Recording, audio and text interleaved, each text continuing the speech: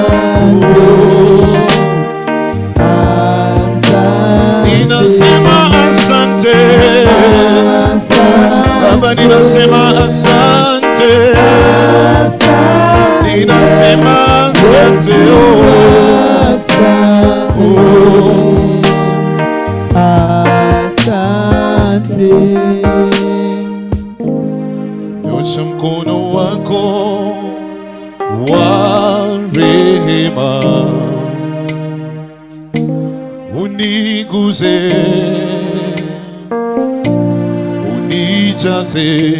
Nyosha mkono wako, nyosha mkono wako wa rehema uniguze, uniguze, unijaze, unijaze. Oh, nyosha mkono wako, nyosha mkono wako wa rehema uniguze, uniguze, unijaze, unijaze. Baba, nyosha mkono wako, nyosha mkono wako wa rehema uniguze, uniguze, unijaze, unijaze. Oh, nyosha mkono wako, nyosha mkono wako wa rehema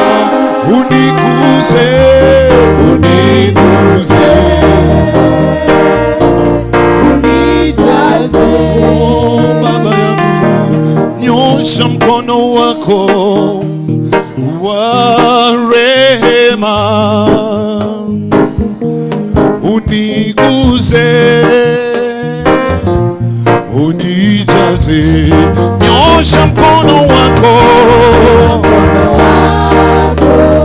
wa rehema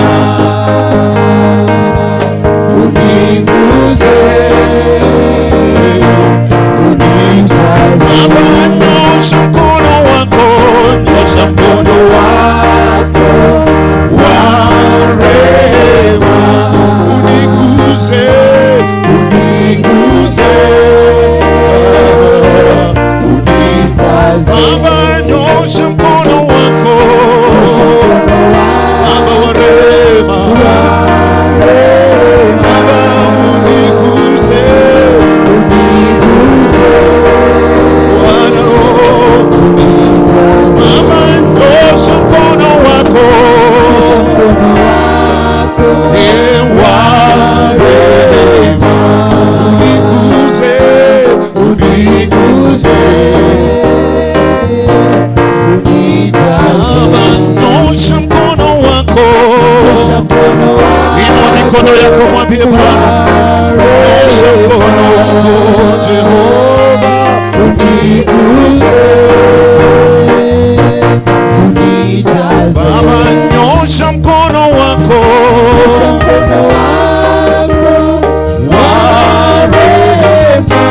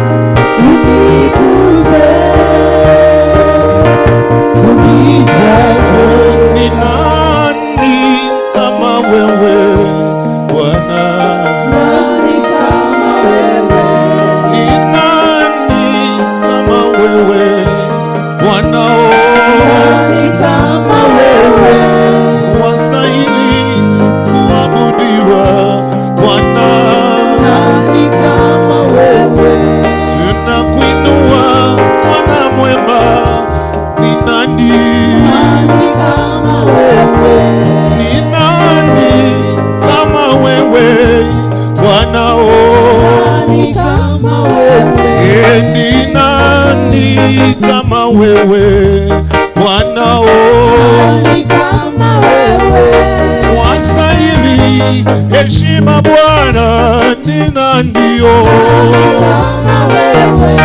wastahili kuabudiwa Bwana kama wewe. Ni nani kama wewe Bwana kama wewe. Inua mikono Bwana wangu Bwana kama wewe. Tunakuhitaji kwa ibada yetu Bwana kama wewe. Ni nani kama wewe Bwana kama wewe. Ni nani kama wewe Bwana kama wewe. Twakuheshimu, twakuabudu Bwana kama wewe. Tunakuhitaji Jehova Shama Bwana kama wewe. Ni nani kama wewe Jehova kama wewe. Tunakuinua Bwana mwema Yesu kama wewe. Nasema kama wewe. Yesu Bwana wangu Bwana wa mabwana. ipo nasema kama wewe. ipo nasema Bwana wa mabwana. ipo nasema kama wewe. Bwana mwema Bwana wa mabwana. hakuna kama wewe kama wewe. hakuna kama wewe Bwana wa mabwana. hakuna kama wewe kama wewe.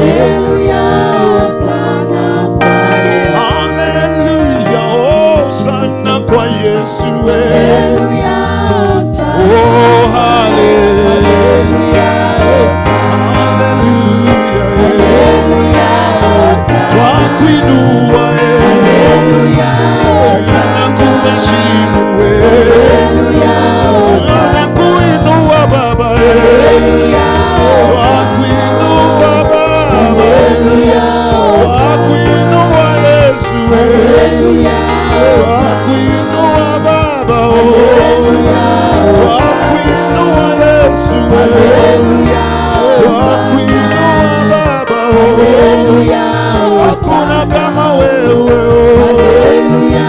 twakuheshimu wewe. Ale haleluya, ale haleluya, ale haleluya,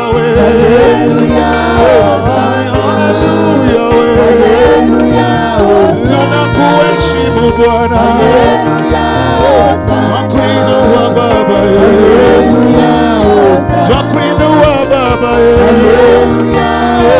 twakuinua Yesu, twakuinua Baba yangu, twakuinua Yesu, twakuinua Baba, twakuinua Jehova. Haleluya, haleluya,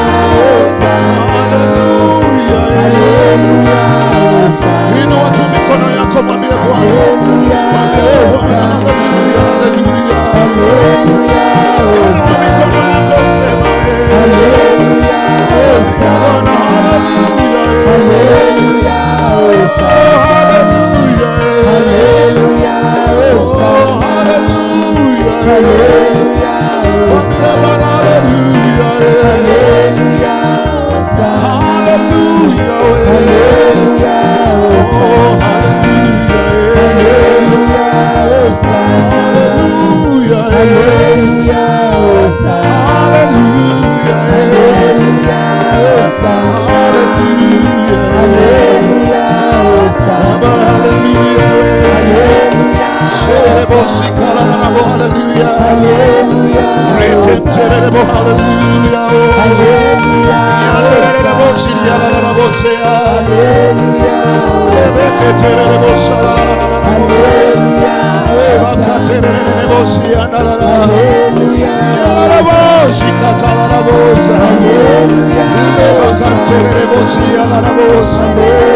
we give you praise, we give you glory. Hallelujah, hallelujah,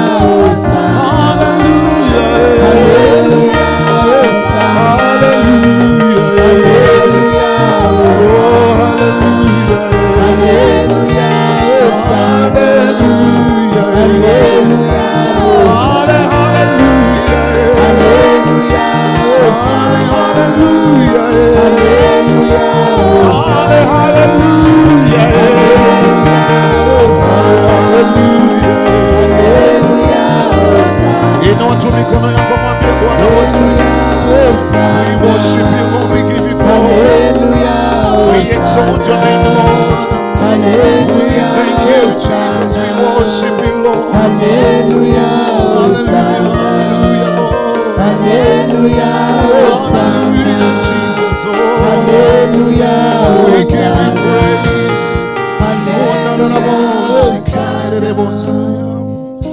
Thank you, Jesus. We bless your name. Inua tu mikono yako mbele za Bwana. There is nothing good like being in the presence of God. There is nothing good than worshiping this God. There is nothing sweet than expressing your intimacy to this God. He deserves all the glory. He deserves all the praise. I did not come for a show up. I came to worship the Lord. How I wish you could open your heart. How I wish you could open your mind. How I wish you could open everything in you and tell him, God, you are worthy to be praised. You are worthy to be adored. You are worthy to be given glory. I know people have failed you in the course of the week, but there is a God who cannot fail. There is a God who cannot fail. Just open your heart. You did not come here courtesy of anybody. You came here courtesy of God. Father, we bless you. Allow the Spirit of God that this service will not end until you receive your blessing, until you receive your miracle, until you receive what God has purposed for you. Lord, we bless you, Lord. We give you glory. We give you glory. Just open your spirit. Just open your mind. Open your soul. Open your mind. Open your spirit. Let him reign in your life. Let him reign in your spirit. Let him reign in your business. Let him reign in your music. Oh God, you deserve deserve the praise. You deserve the glory. You deserve the honor, Lord. You deserve all the adoration.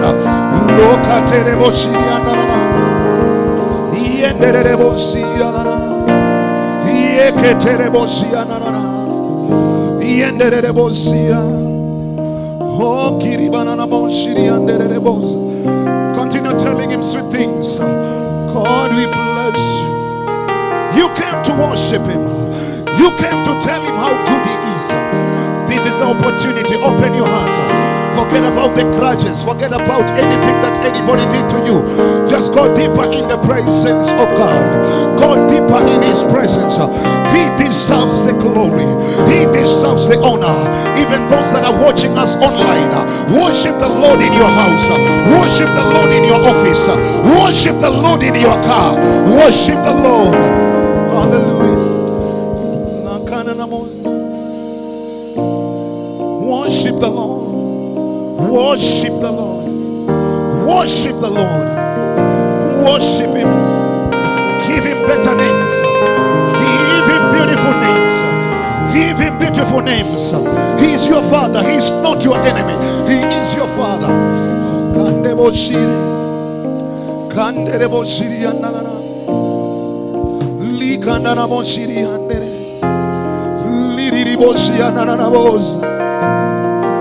Oh Jesus. Oh Jesus, we worship you. Hallelujah. Hallelujah. Oh, to Jesus I surrender. Oh, to him my spirit lives. I will ever love and trust him in his presence daily live. I surrender. I surrender all. I surrender. I surrender All to him. to thee, my Blessed and Savior. I surrender. Somebody say, I surrender. I surrender. I surrender. Lift up your hands and tell him all to him. All to him, my Blessed blessed Savior. I surrender. Tumwambie yote kwa Yesu. Yote kwa Yesu. Kwa Yesu, Yote kwa Yesu. Yote kwako, Mwokozi, natoa. Lift up your hands and tell him, yote kwa Yesu. Yote kwa Yesu. Yote kwa Yesu. Yote kwako Bwana. Yote kwako, Mwokozi, natoa sasa. Thank you, Jesus.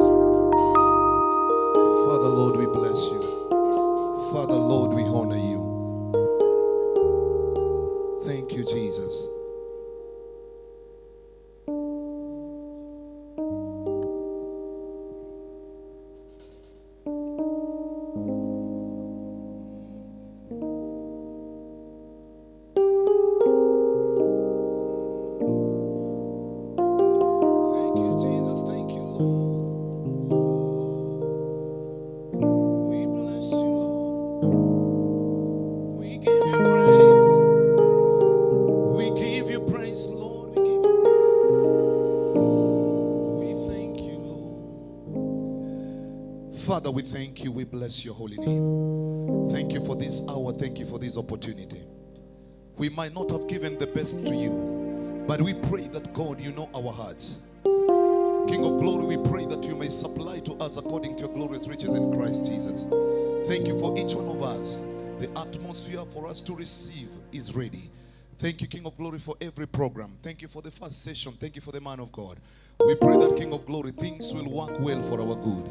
In the mighty name of Jesus Christ, we believe and pray. Amen. Unajua kama kuna place unaweza enjoywa ni church. Unaona mnanienjoy, mnapiga makofi, na sio yangu, ni ya Mungu. Pigia Yesu makofi kwa jina la Yesu. Give God a clap offering in the name of Jesus. Hallelujah. Geukia jirani yako. Ukiona ameketi chini, muulize mimba yako ni ya miezi ngapi? Ndio maana mtu mwenye atakuwa na kae, manake kwa nyumba ya Bwana kuna uponyaji. Kwa nyumba ya Bwana kuna kila kitu. Hakuna vile Pastor Karanja ata download neno kama hiyo na tubaki the same. Amen. Hallelujah. Hallelujah. Geukie watu wawili watatu, wapatie high five, waambie karibu katika nyumba ya Bwana. Geukie wawili watatu, tembea tu katika jina la Yesu. Tembea katika jina la Yesu. Tembea katika jina la Yesu. Tembea katika jina la Yesu. Tembea katika jina la Yesu. Patia watu wawili high five. Tembelea watu wawili, salamia hata kama alichelewa church. Tembea katika jina la Yesu. Patia watu wawili watatu high five. Hallelujah. Hata kama ameketi chini usijali, wewe endelea tu kusalamiana. Wengine miaka zao zinawaruhusu, wasalimie tu katika jina la Yesu Kristo. Tembelea watu wawili watatu. Amen. Hawa watu wasalamiane. Salamianeni huku. Salamianeni huku katika jina la Yesu. Salamia jirani yako. Salamia jirani yako katika jina la Yesu. Hallelujah. Amen. Hallelujah. Hallelujah. Hallelujah. Mwenye anapaza sauti zaidi ya mwingine na mpatie 1000. Hallelujah. Sawa tu. Pastor Karanja pia uko hapo. Hallelujah. Hallelujah. Inua mikono juu. Inua mikono. Sikiza, Biblia inasema kwamba and the children of Israel went around that wall 7 times. Ambia mwenzako 7 times. Mwambie hiyo shida haijatoka kwa sababu umeenda mara moja tu. They went 7 times. Na wakati walipofika ya 7, that is when that thing came down. Mimi nakuombea tu ibada ya leo. Ibada ya leo. Anything that has been disturbing you, anything that has been pulling you down, anything that you have been asking God, leo lazima utoke nayo. Nasema leo lazima utoke nayo. Hallelujah. Inua mikono juu. Nataka nihesabu tu 1 2. I want to hear a shout of praise. I want to hear a shout of praise. Hallelujah. Na nataka nisikie kama unaweza ruka. Hallelujah. Magonjwa mengine tu inahitaji kuruka kama arthritis. Hallelujah. Kama ya kitambi unahitaji tu kuruka. Bwana asiwe sana. Unajua kuna wale wana ugonjwa wa kitambi, si minyo. Inua tu mikono kwa jina la Yesu. Tunapohesabu 1 2 3, nataka tutingize kwa jina la Yesu. Na nataka udance. Bwana asiwe sana. Maana sifa zinamtukuza Bwana. One thing I love is worshiping the Lord. I remember some days back wakati tulikuwa tunaenda na apostle kwa disco, tunalipa DJ na sisi tunachukua platform. Sisi ndio tuna dance tu. Na mkae mkijua tuko na apostle anajua kudance. Siku moja tutamwekea hapa tu mambo yake.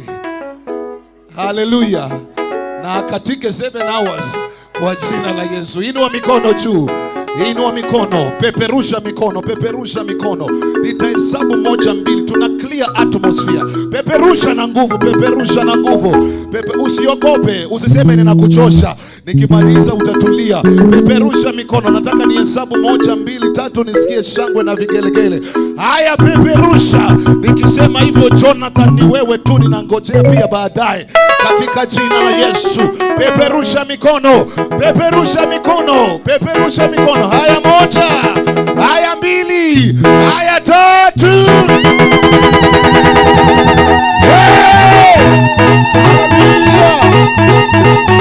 Hallelujah.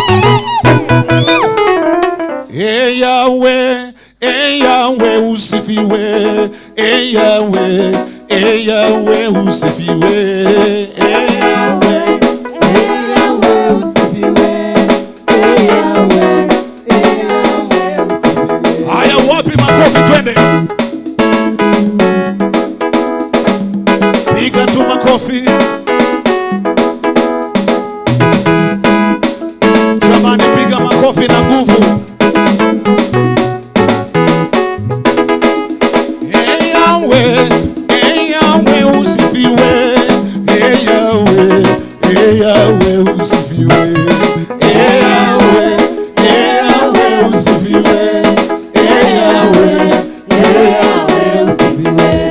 hey Yahweh, hey Yahweh usifiwe.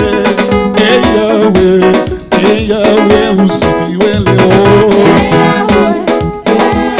Wapi sauti? Hey Yahweh, Hey Yahweh usifiwe.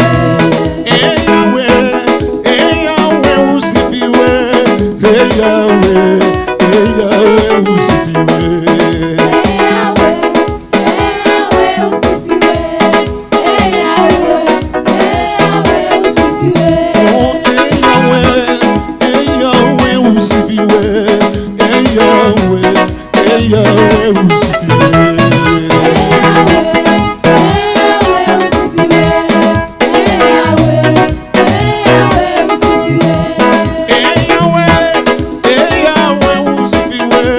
Hey Yahweh, hey Yahweh usifiwe.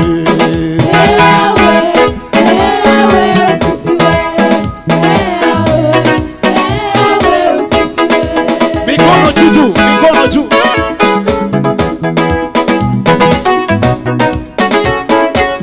Unacheza na maringo. Sawa Karo, hapo tu.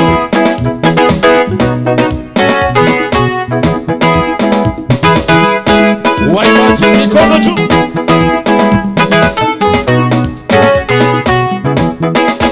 Hey Yahweh, hey Yahweh usifiwe.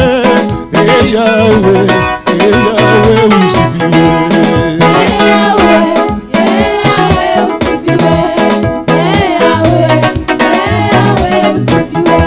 Wewe ni Mungu, haubadiliki, usifiwe. Ninakupenda, hey Yahweh usifiwe leo.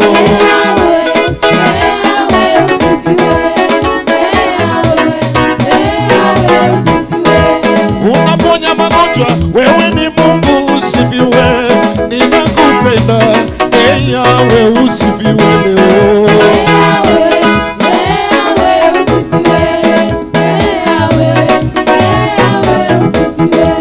Hey Yahweh, hey Yahweh usifiwe. Hey Yahweh, hey Yahweh usifiwe.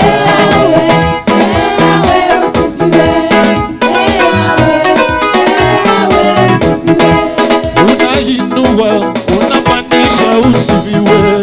Ninakupenda, hey Yahweh usifiwe Baba. Hey Yahweh usifiwe. Hey Yahweh, hey Yahweh usifiwe. Hey Yahweh, hey Yahweh usifiwe.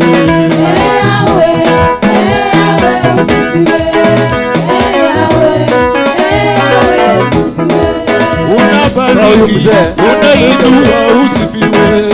Hey Yahweh, hey Yahweh usifiwe.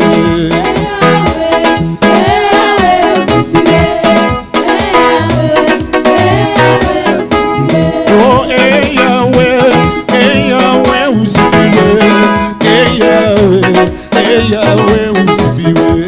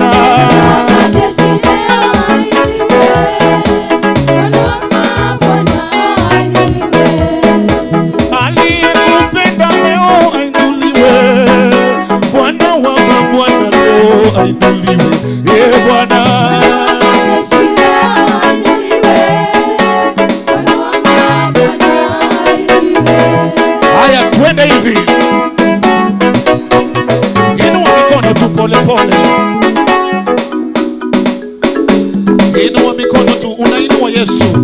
Amekutoa mbali, amekufuta machozi, amekupigania vita. Rusha na maroiko, madoido, rusha tu. Bwana wa majeshi leo ainuliwe, oh. Bwana wa mabwana ainuliwe,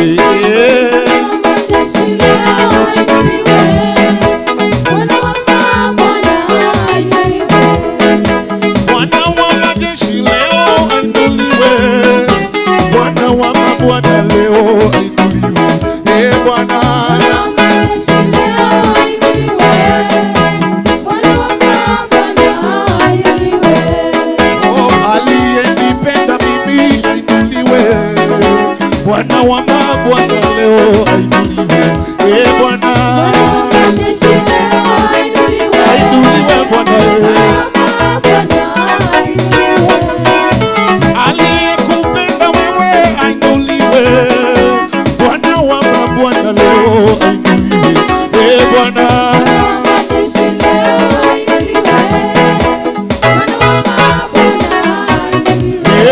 tunamwimbia Bwana, tunamwimbia Yesu. Tunamwimbia Bwana, tunamwimbia Yesu. Tunamwimbia Bwana, tunamwimbia Yesu. Tunamwimbia Bwana, tunamwimbia Yesu. Tunamwimbia Bwana, tunamwimbia Yesu. Tunamchezea Bwana, tunamchezea Yesu. Tunamchezea Bwana, tunamchezea Yesu. Tunamchezea Bwana, tunamchezea Yesu. Tunamwimbia Bwana, tunamwimbia Yesu. Tunamwimbia Bwana, tunamwimbia Yesu. Haya, mikono juu, mikono juu, mikono. Inua Yesu, inua. Inua Yesu, inua. Inua Yesu, inua. Inua Yesu, inua. Inua Yesu, inua. Inua Yesu, inua. Inua Yesu, inua. Inua Yesu, inua. Inua Yesu, inua. Inua Yesu, inua. Inua Yesu, inua. Inua Yesu, inua. Tumuinue,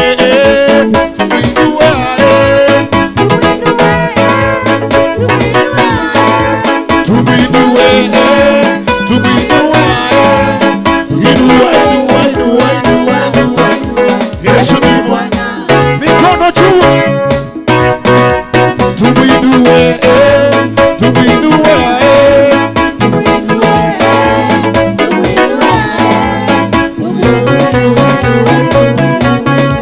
Yesu ni Bwana.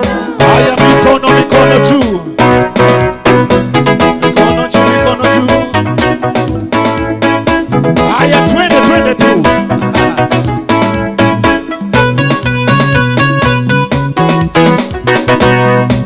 Mikono juu, twende. Upende usipende Bwana Yesu. Upende usipende Bwana Yesu. Upende usipende Bwana Yesu. Upende usipende Bwana Yesu. Bwana Yesu. Bwana Yesu. Upende usipende Bwana Yesu. Upende usipende Bwana Yesu. Bwana Yesu. Bwana Yesu. Haya, tafuta mwenzako tu. Unamwambia Zambe wa moyo. Zambe wa moyo. Zambe wa moyo. Patiana mkono twende. Zambe wa moyo. Zambe wa moyo. Patiana mikono twende. Zambe wa moyo. Zambe wa moyo. Tibalelu, timatulubelu, sebana befe. Tibalelu, timatulubelu, simana zambe. Bana befe. Tibalelu, timatulubelu, sebana befe. Oikime, tibalelu, sebana zambe. Tibalelu, timatulubelu, simana zambe. Tibalelu, timatulubelu, sebana befe. Tibalelu, timatulubelu, sebana befe.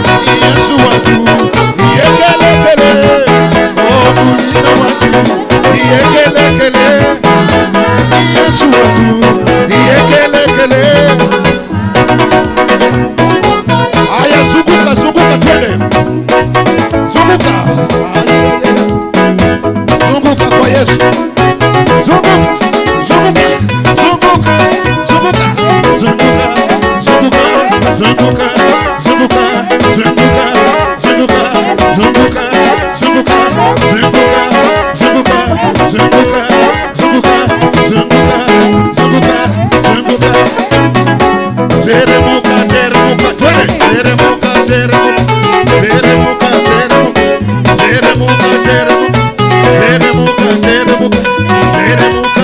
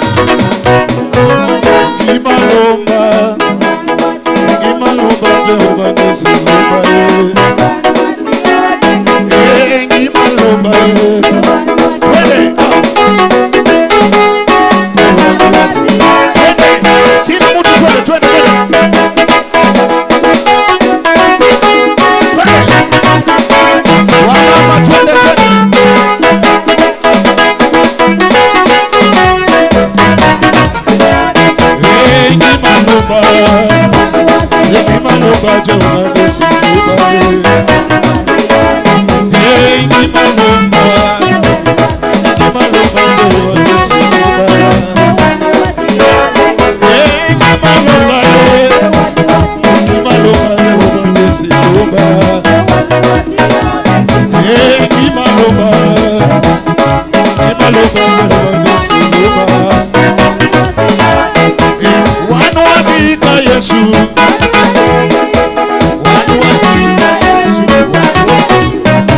Wanuadika Yesu. Hallelujah. Wanuadika Yesu. Hallelujah. Wanuadika Yesu. Hallelujah. Ninakuatia ngai wakwa, ninakuatia tata.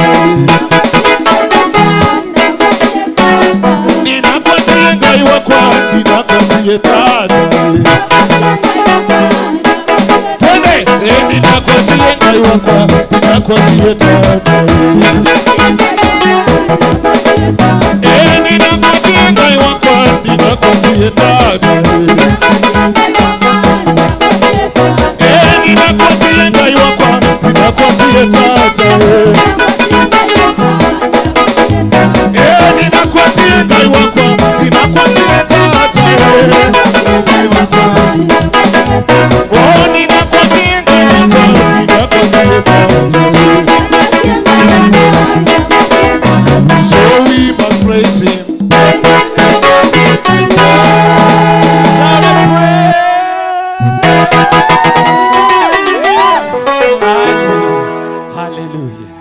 We thank Jesus. We thank you, Jesus. Hallelujah. Kuna mtu anasikia kuna demon imetoka. Tunaeleza ya kwamba there are some demons huwa zinatoroka wakati ambapo unakatika. So iwapo hujapata nafasi ya kukatikia Bwana, kuna demons kamoja kamebaki mahali. Tafuta tukutane jioni. Hallelujah. You can have your seats.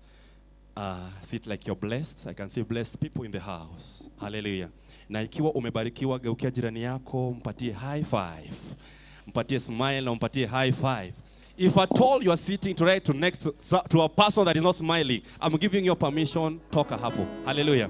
Kama unakaa karibu na mtu ambaye ana smile, ana tabasamu, hama. Just look at your neighbor vizuri. Check another one. Wewe mwenye anakaa kushoto, kulia. You're wonderful people, beautiful. You want to take this opportunity. Hallelujah. Now that's the spirit. Hallelujah. Now I want to take this opportunity to thank all of us.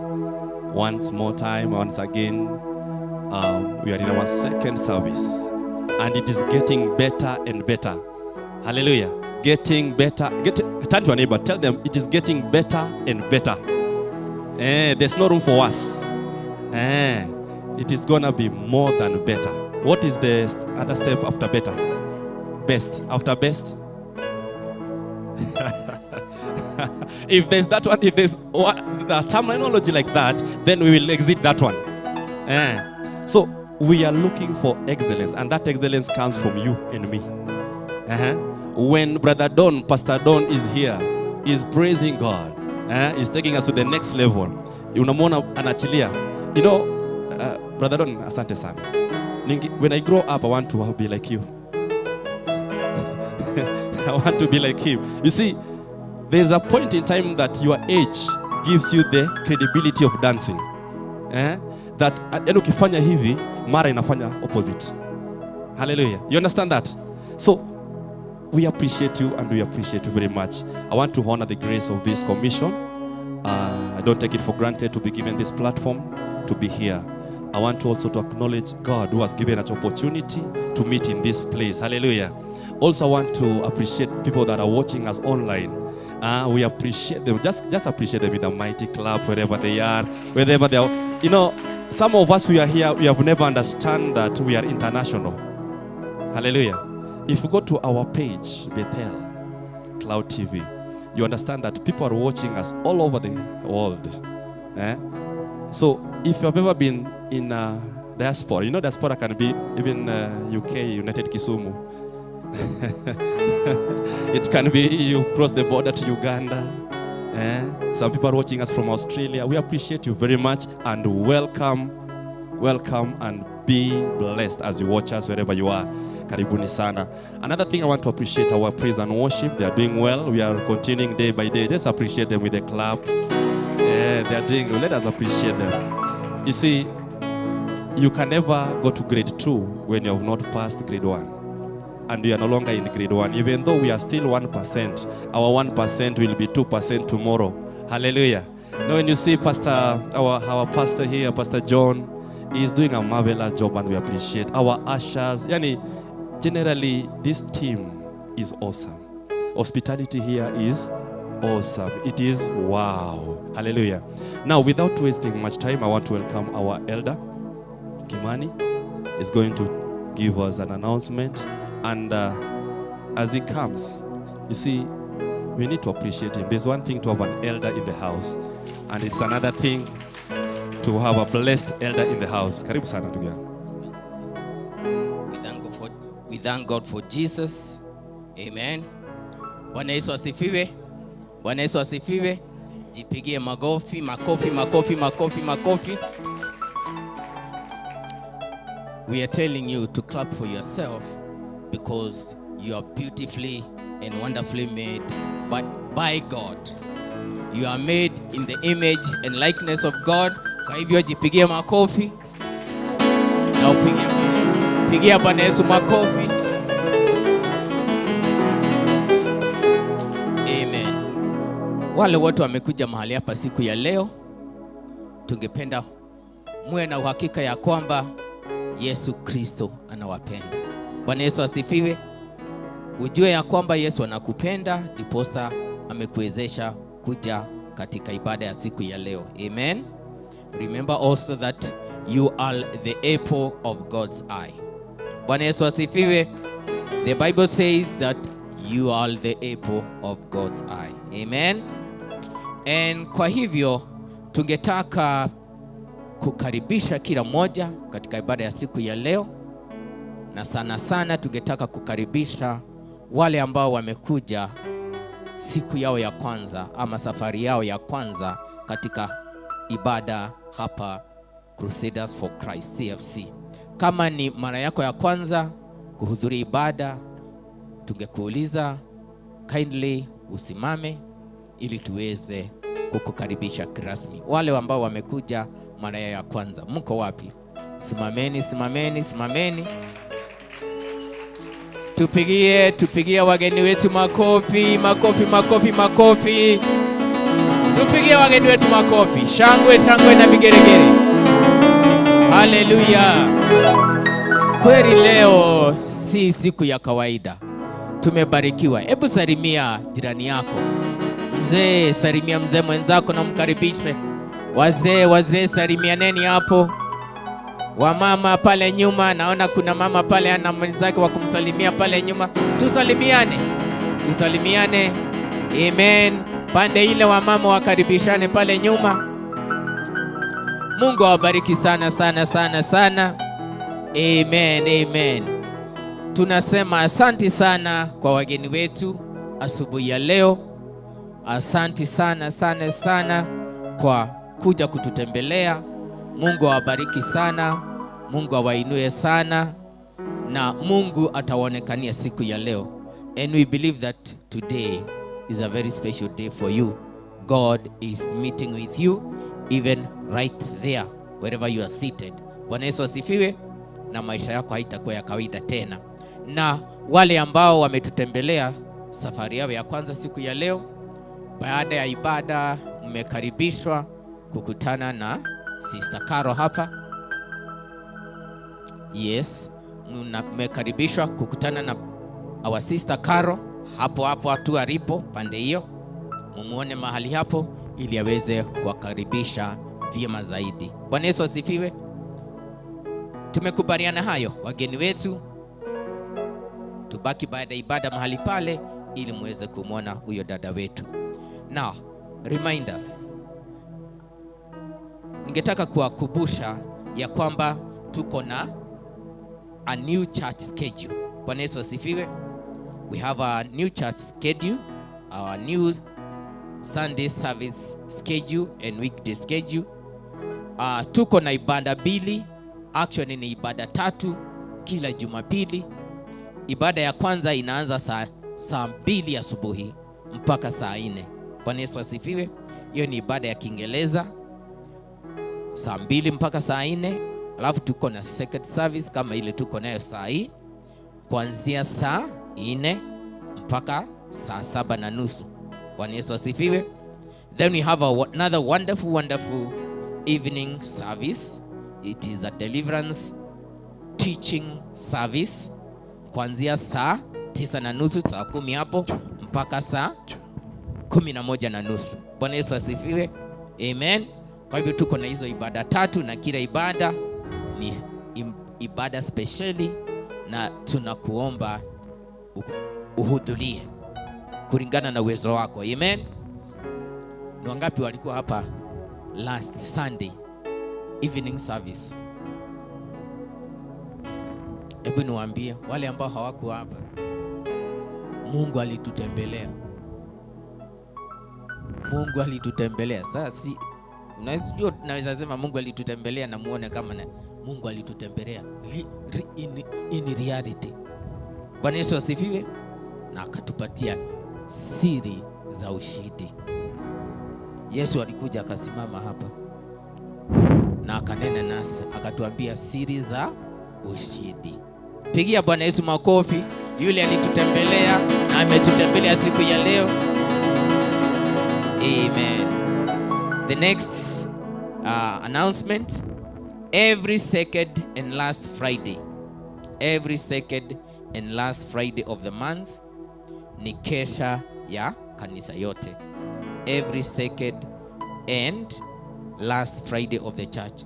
Which Friday is coming Friday? I think it is 3rd, isn't it? So every second and every last Friday of the church, or of the month, ni kesha ya kanisa yote. Bwana Yesu asifiwe. And every first and third Wednesday of the month ni workers and leaders kesha. Bwana Yesu asifiwe. Kama hii mkesha inakuja Wednesday, ni mkesha wa viongozi. Bwana Yesu asifiwe. Yes, coming Wednesday ni mkesha wa workers, every worker in the church, ushers, all leaders mmekaribishwa kwa mkesha wa Wednesday. Bwana Yesu asifiwe. Huo mpangilio umefanywa ili watu wasio wanachoka sana. Bwana Yesu asifiwe. And then we also have the elders kesha on Thursday. Once a month. Okay, fine. We'll make correction on that. So the elders kesha pia itakuwa once a month on. Yes, we shall be giving the date on that. Bwana Yesu asifiwe. Amen. So hiyo ni mambo mazuri. Amen. Then on the other hand, we have our weekday services.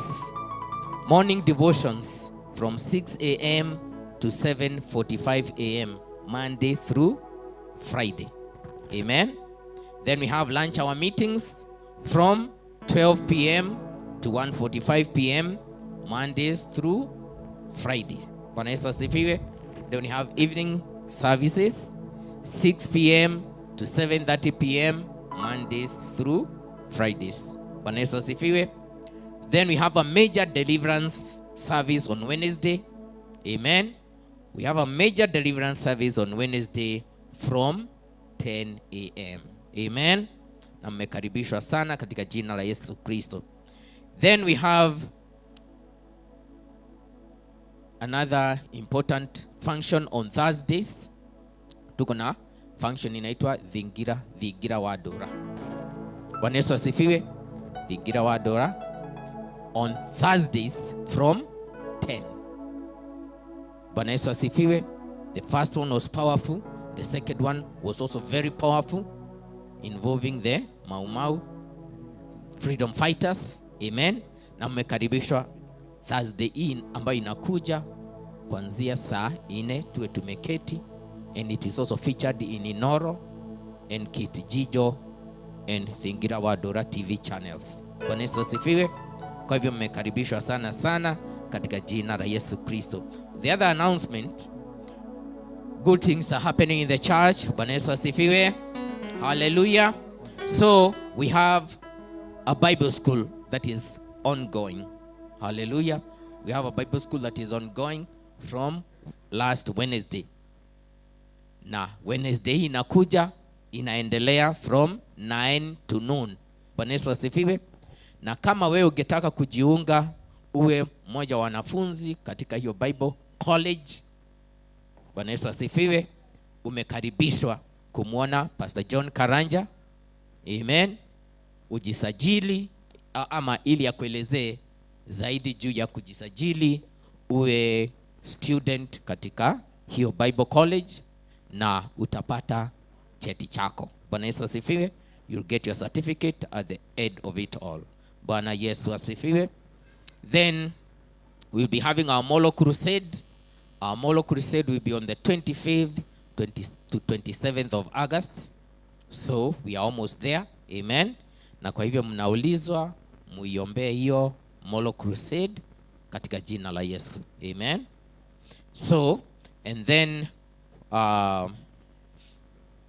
besides that, we have our new believers and discipleship class every Tuesday.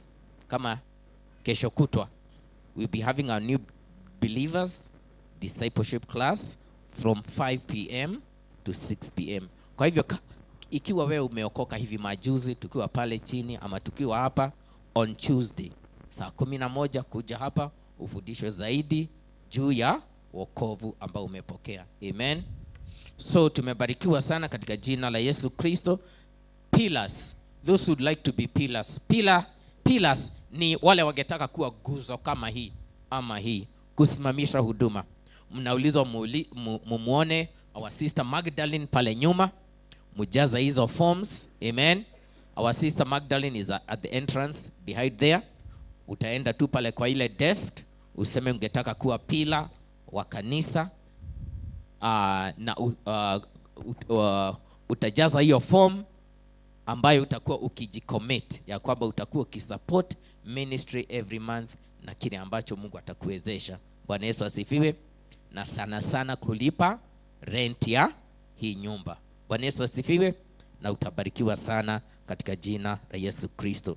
The other announcement, we have formed a circle called Besma Savings and Credit Cooperative Society.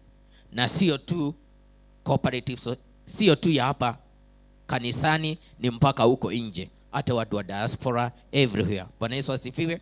So to be a member of Besma Peniel Savings and Credit Cooperative Society, all that you are required to do is register with only 1,000 shillings. Bwana Yesu asifiwe. Amen. Na kwa hivyo tunakuuliza mapema ni mapema kabla ya registration fee kupandishwa. Bwana Yesu asifiwe. Si niliwaambia last time kuna wale wanajiregister na 240,000 non-refundable. Sisi tunakuuliza ujiregister na only 1,000 and it will help you. That circle will help you in your business. Amen. Those who are business oriented know the importance of joining a circle. Amen. So haya mambo ni mazuri. So if you would like to register for Besma, utamuona our sister Catherine, she's at the back over there. Unaweza kuniona pia. Unaweza pia kumuona our sister Jane Karanja, she's behind there. Na Mungu atawabariki sana, na mkitaka kujua zaidi mambo ya sako mumuulize, yeye ni expert. Amen. So na Mungu atawabariki sana katika jina la Yesu Kristo. So again, we said that with immediate effect, those who want to see the apostle on one basis, hawataki kwenda pale after the church service. Bwana Yesu asifiwe. Ni vizuri tunampatia breathing space. Amen.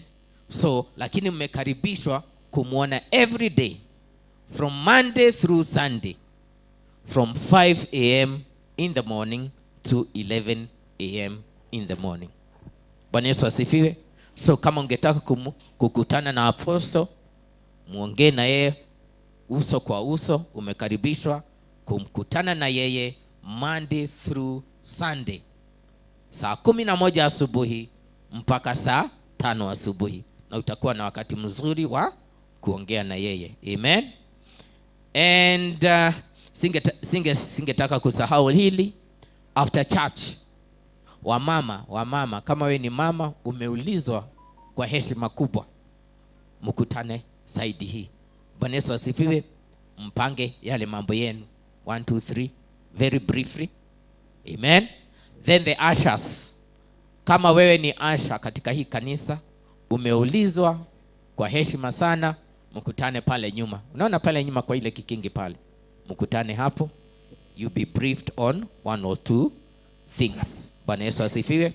Again, kama ungetaka kuwa mfanyikazi katika hii huduma, umeulizwa pia kwa heshima uweze kwenda kwa the pastor's desk mahali pale at the back there. So hapa kwa ile desk pale utakutana na mchungaji pale, umwelezee ile ambayo ungetaka kumtumikia Mungu, na Mungu atakubariki katika jina la Yesu. Na pia ukiwa unataka kuwa member wa hii kanisa, Bwana Yesu asifiwe. Amen. You are invited to join the membership, to fill the membership cards. Na mnaulizwa pia pale nyuma kutakuwa na our brother John. Yes, our brother John Waweru.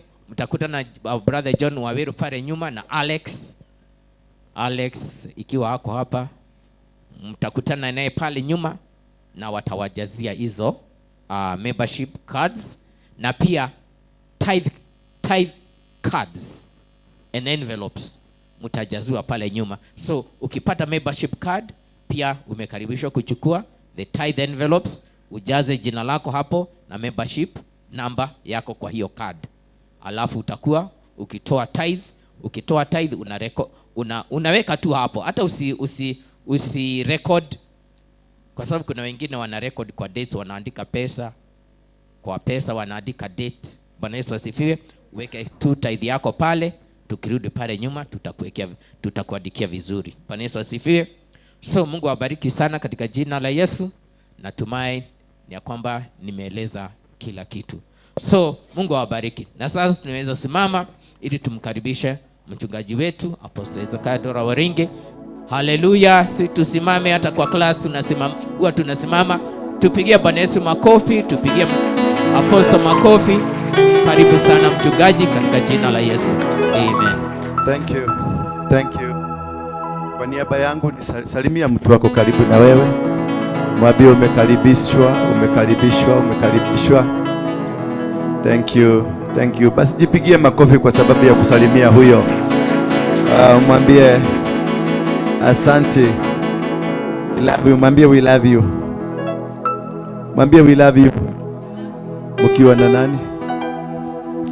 Mkiwa na nani?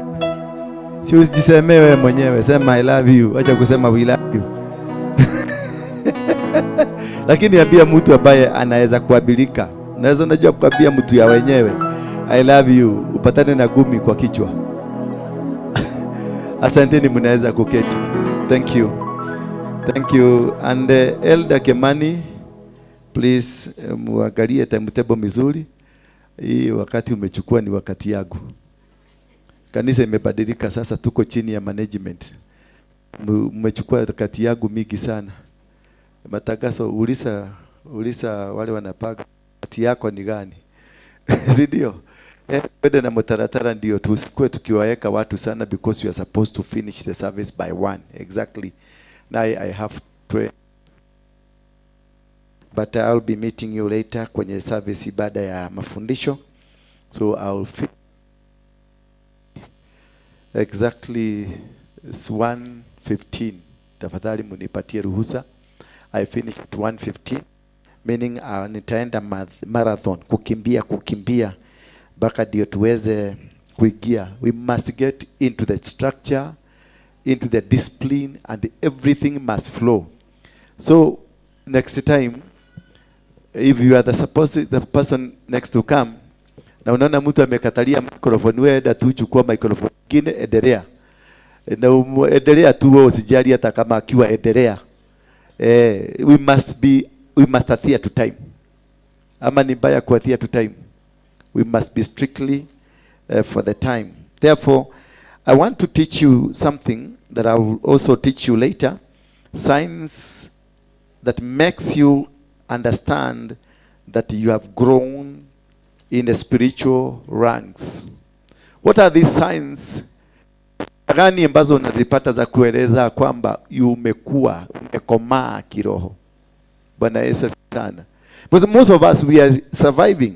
Tunaishi tu, lakini hatuelewi kama tumekuwa ama tumekomaa kiroho. Lakini unapata kuna shida ambazo tunapatana nazo, na hizi shida ambazo tunapatana nazo zinatusababishia tunakosa kujielewa na kujijua. Bwana Yesu asifiwe sana. Therefore, I want to teach you more on signs your spiritual ranks has increased. You need to know. I have increased. Is it? Kuna shida? Inakata. Kwa hivyo ni vizuri tuelewe na tujue namna gani we be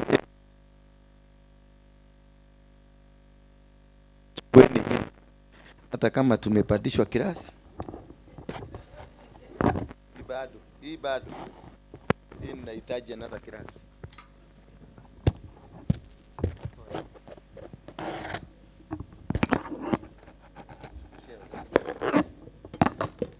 Hii I think inahitaji kirasi kingine. Hii headmaster wetu hakuwa narudi kirasi, hakuwa nakuja. Thank you. Thank you very much.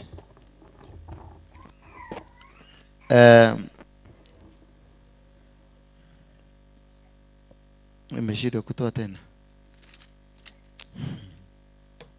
Kwa hivyo anasema niendelee, atatoa na ananishikashika na huko. So how will I concentrate really? Can I be able to concentrate? Now there are 4 stages that you will have to understand them. Ndio uweze kujua kwamba you have grown. Spiritually you have grown because you can grow. Unaweza kuwa mwili ni mkubwa, unaweza kuwa kichwa ni kubwa, unaweza kuwa unaona kama uko lakini you are not there. Bwana Yesu asifiwe sana. So we are trying to make it understandable. We are trying to make it that we can be able to move in a direction ya kujua kama kweli wewe hii live uko nayo kama umebadilika, ama ni ile live tu ya kulala, unajulikana, unaonekana, watu wanakuona ni kimutu kikubwa, wanakuona unajua kuongea vizuri, ukishika microphone watu wanatetemeka. Kanisa kama hii unakuta unajua you are able to mobilize people, to ask people to come. Literally ukijunguzwa tena unajipata spiritually you have not grown. Na kuna watu wengi tu kama hivyo. Kama mimi nilikuwa naji-access vizuri na kaona sasa hivi ile level niko nayo na mahali nimefika. Nilifanya mahesabu nikaona mwaka 1.5 iliyopita nilikuwa mjinga sana. Kwa sababu sikuwa naelewa ni nini nafanya kwenye huduma. Sikuwa naelewa hata kuhubiri. Maana mahubiri yangu ilikuwaga ingine ya vita kwa sababu ya ile hasira. Nilikosewa na Mary. Sasa Mary wakati alinikosea, hiyo ninakuja naileta hapa kwa pulpit. Nilikosewa na Kenya Jui, nitaileta wapi? Hapa kwa pulpit. Hata mkifanya namna gani, mimi nitaendelea kuhubiri. Sasa unashindwa hiyo na kufanya namna gani na kuhubiri imeingiliana wapi? Ndio nakuja kujua ya kwamba ulikuwa bado wewe ni mchanga. Haukuwa unajua. Na mahubiri mengi unakuta imekuwa ni ya vita. Na ndio maana watu wengi wamekufa kwenye churches. Watu wengi wameuliwa. Maana mimi kama mimi ambao nimepatiwa mandate nikuwe hapa, ninaanza kushambulia huyu, lakini mafundisho ile nilitengeneza hapa. Nilitengeneza mafundisho kwa sababu ya ule mama, kwa sababu alinikataa jana. Nilimuita kwa ofisi nikamwambia unaonaje hii maneno? Naye akaniambia apostle, ninakuheshimu sana. Basi na mimi nikajua kesho masomo ni yako. Hata mkikuja hapa hamutaki kutii mafuta, maana nyinyi wakaidi katika jina la Yesu, hakuna mahali mnaenda. Lakini hakuna mafundisho. Ni ile kitu nilifanyika jana. Nakuja na kuangalia, naona unakaa kagari mzuri, nimeona kivuguo yako kwa mesa ni ya Mercedes, na kutolea unabii na kuambia baba ananiambia kwako kuna majenesa kama 3. Bwana anasema usipotenda jambo sahihi,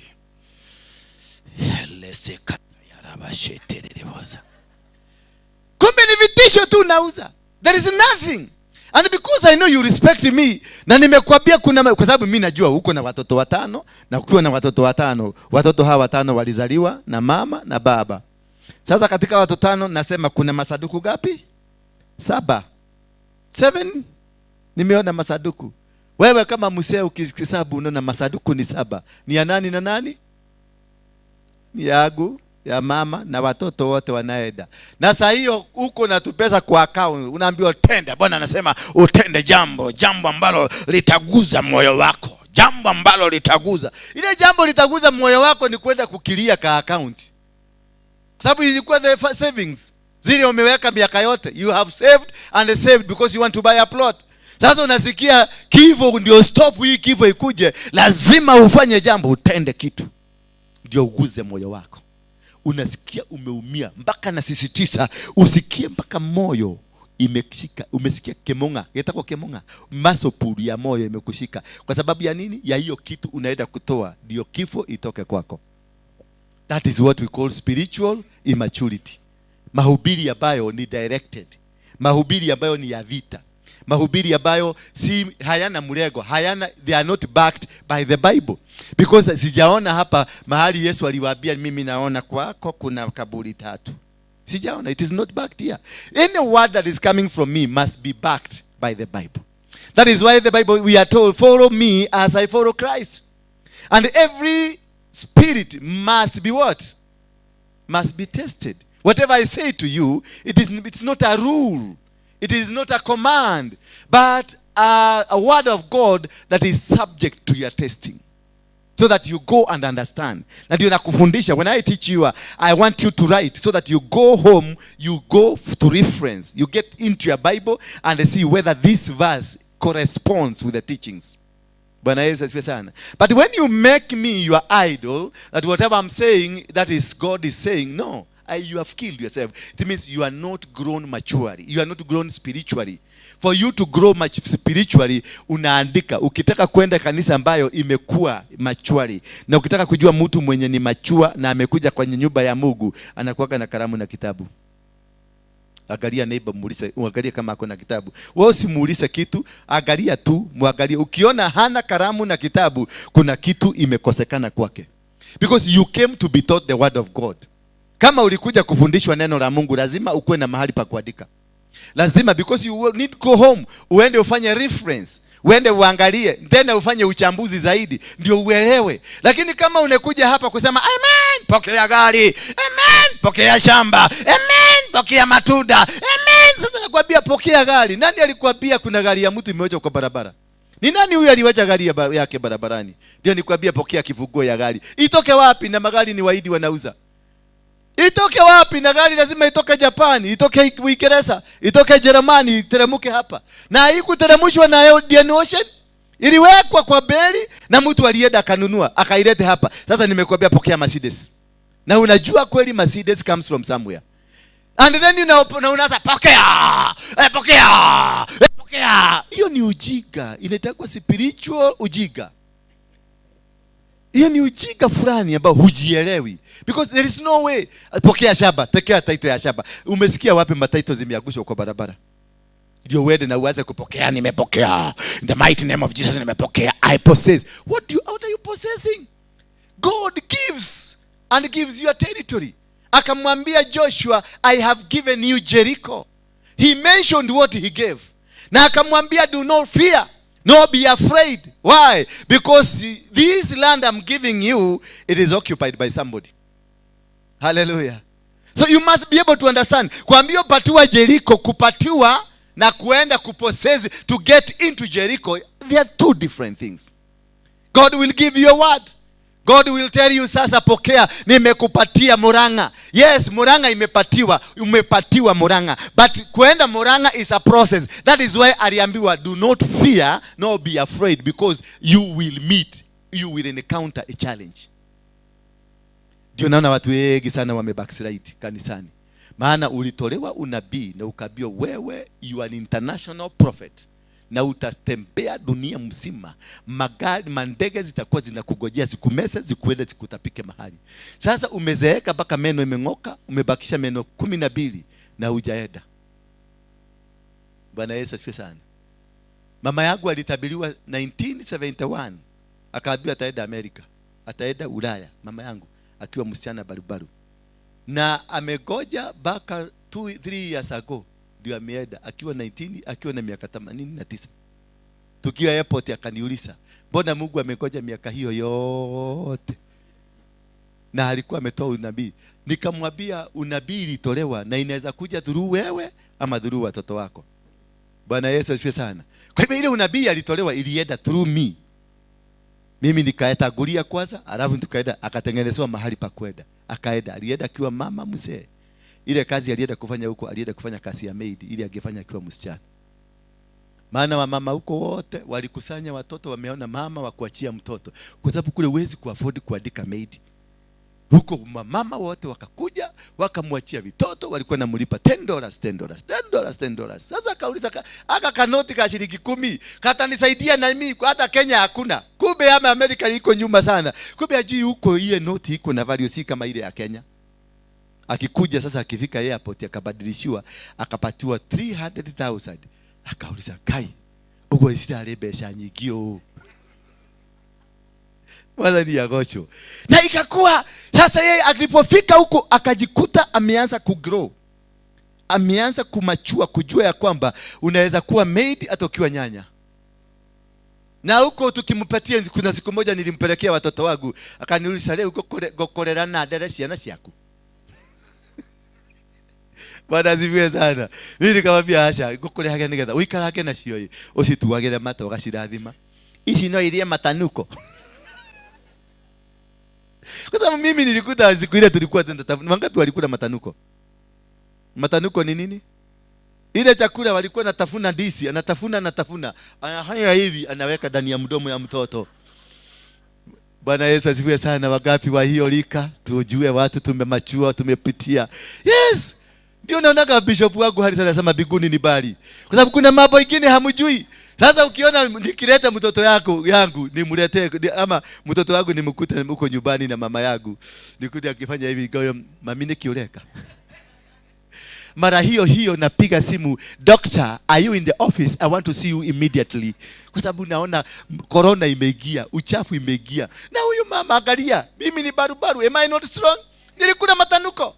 Na vitoto vyetu zinashitaka kwa hospitali zikikoa kila wakati. Hata ndansara hiyo imeingia kwa tumbo. Lakini sisi tulikula waru na mwaga inawekwa kwa jiko pale, inafunikwa na jivu. Watu inachomeka pole na oven, traditional oven. Inachomeka tu pole. Alafu anaweka hiyo waru ndani ya kikapu cha gunia hivi, kana shekiwa hivi inakuwa ya white. Sasa pelekea mtoto yako. Sasa hii pelekea shosho kama huyu. Upelekea mtoto yako, na huyu shosho unajua mikono yake ni gumu sasa kwa sababu ya kuishi. Ni gumu kabisa. Akikushika hivi shosho, akikushika mkono vizuri kwa sababu ya ile heart. Inaitwa heart. Ile heart greetings zile zinatokaga kwa moyo. Shosho akikukamata hivi, anakukamataga unasikia kadhitima. Na unajua hiyo mkono ile miaka imeishi hapa. Ni mikono iko na kufinya huko ndani, unaona kama ni fries iko huko inakushika vizuri. Sasa ashike mtoto yako. Mtoto anasema, "Mom, she's killing me. Oh my god. Unaenda naangalia mtoto, nauliza shosho, kaenda kujuragira mwana." Na wewe ulilelewa hivyo. Wewe ulifinywa hivyo na huyo shosho. Bwana Yesu asifiwe sana. Means that you have not matured. You don't have the understanding. Because life is understanding of both sides. Una understand pande hii na pande hii. Sasa wakati mimi nilianza kuhubiri na nikajiona sasa mimi ni mtu ambaye nikisimama hivi. Maana wakati niliokokea kwa mtu anaitwa James Maina Nganga. Na nikaokoka akanipeleka crusade. Immediately ile siku niliokoka nilipelekwa Tononoka. Niliokoka Thursday. Tukaenda Friday, tukaenda crusade ya Tononoka ground. Kiwanja kikafurika. Maana watu wanataka kusikia aliyekuwa kiongozi wa kundi haramu ameokoka. Bwana Yesu asifiwe sana. Nikapelekwa kwanza, kabla ya crusade nilipelekwa pale baharini, pale kwenye ile daraja kubwa hapo chini kwa kakona kingine hapo bahari. Nikasemekana dhambi yangu lazima iende na bahari. Nikarushwa huko ndani chubulio. Akaniambia nitakubadilisha mara 7. Chubulio tena ingine. Chubulio tena ingine. Chubulio tena ingine. Watu walikuwa huko baka nation walikuwa wamekuja kuangalia huyu mtu akibatizwa akioko ndani ya maji, kwa sababu nilikuwa mtu ambaye ni dangerous. Kutoka hapo nikapelekwa kiwanja, kasimamishwa. Leo nimewaletea yule aliyekuwa kiongozi wa kundi haramu, na kutoka leo nataka watu ambao wataokoka. Na watu waliokoka kwa sababu ya kundi haramu. Watu wakajaa kwa kiwanja. Tononoka, watu waliokoka. Tukatoka hapo tukasikia crusade nyingine kapelekwa Kisumu. Tukaenda Kisumu. Na unajua Wajaluo hawakuwa wananipenda sana. Si mnajua? Wajaluo tulikuwa tumekosana na wao kidogo. Tulikuwa tunapigana sana na wao. So nikaenda Kisumu. Kisumu yote walitaka kujua ile Ukuyu. Jaluo Ukuyu. Mwenye alikuwa na tiza Wajaluo. Wajaluo walijaa kwa kiwanja na wakaokoka. Nikatolewa hapo tukaenda Bukugu Stadium. Waluya. Najua Waluya wananitanga Waruinge. Yule mtu jambazi anaitwa Waruinge. Sasa walikuja kuona Waruinge. Kiwanja ya Bukugu Stadium ikajaa. Sasa kutoka hapo nikaangalia, nikauliza Ng'ang'a, watu walikuwa na janga samani? Akaniambia hapana. Umekuja umeinua ministry. Basi nikajua mimi ndio nimefanya huyu msee afike hapa.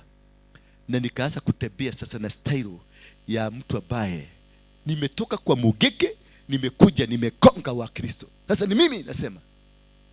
Ng'ang'a ananiita sasa tukiwa kanisani pale, kila mtu alikuwa anataka kunisikiliza. Kila mtu anakuja, nikisimama mahali watu wanazunguka hapo wanasikiliza the wise words of a former Mugeke leader. Ng'ang'a akiwa kwa ofisi anachungulia kwa kadirisha, anaona venye watu wamenisaraud. Anatumana niito na mwambia ngoja kidogo nimalizane na hawa watu. Ng'ang'a anaangalia na anaambiwa anasema ngoja kidogo amalizane na watu. Ng'ang'a anachungulia tena, anaona watu wanaendelea kuongezeka. Alafu anaona wamama na vibeti kufungua kibeti na apatiwa kakitu, akapatiwa kakitu. Ng'ang'a anachungulia pale, anaangalia venye pesa zinatoka. Na alikuwa kwa nini kanisani, sadaka venye anaihesabu, anaona sadaka ikutolewa. Venye naona mikono inatembea pale, jamaa anaona sasa mpaka nimekuwa ni kama niko na ihoha hapa hivi. Kwa maana pesa inakuja na rusha. Nikuje na kuja na rusha. Sasa Ng'ang'a alipojaribu kuzungumza na mimi na muonyesha sasa, kwa sababu wazi mimi najua crusade ni mimi najaza.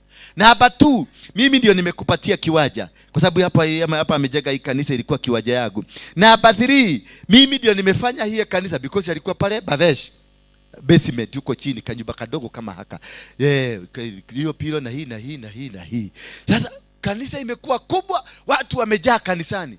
Sasa mimi nikaona nenie kama si mimi, huyu mtu hakuna. Sasa nilikuwa natembea nikiangalia Ng'ang'a akizungumza na mimi. Sasa mpaka nikaanza kujipinda.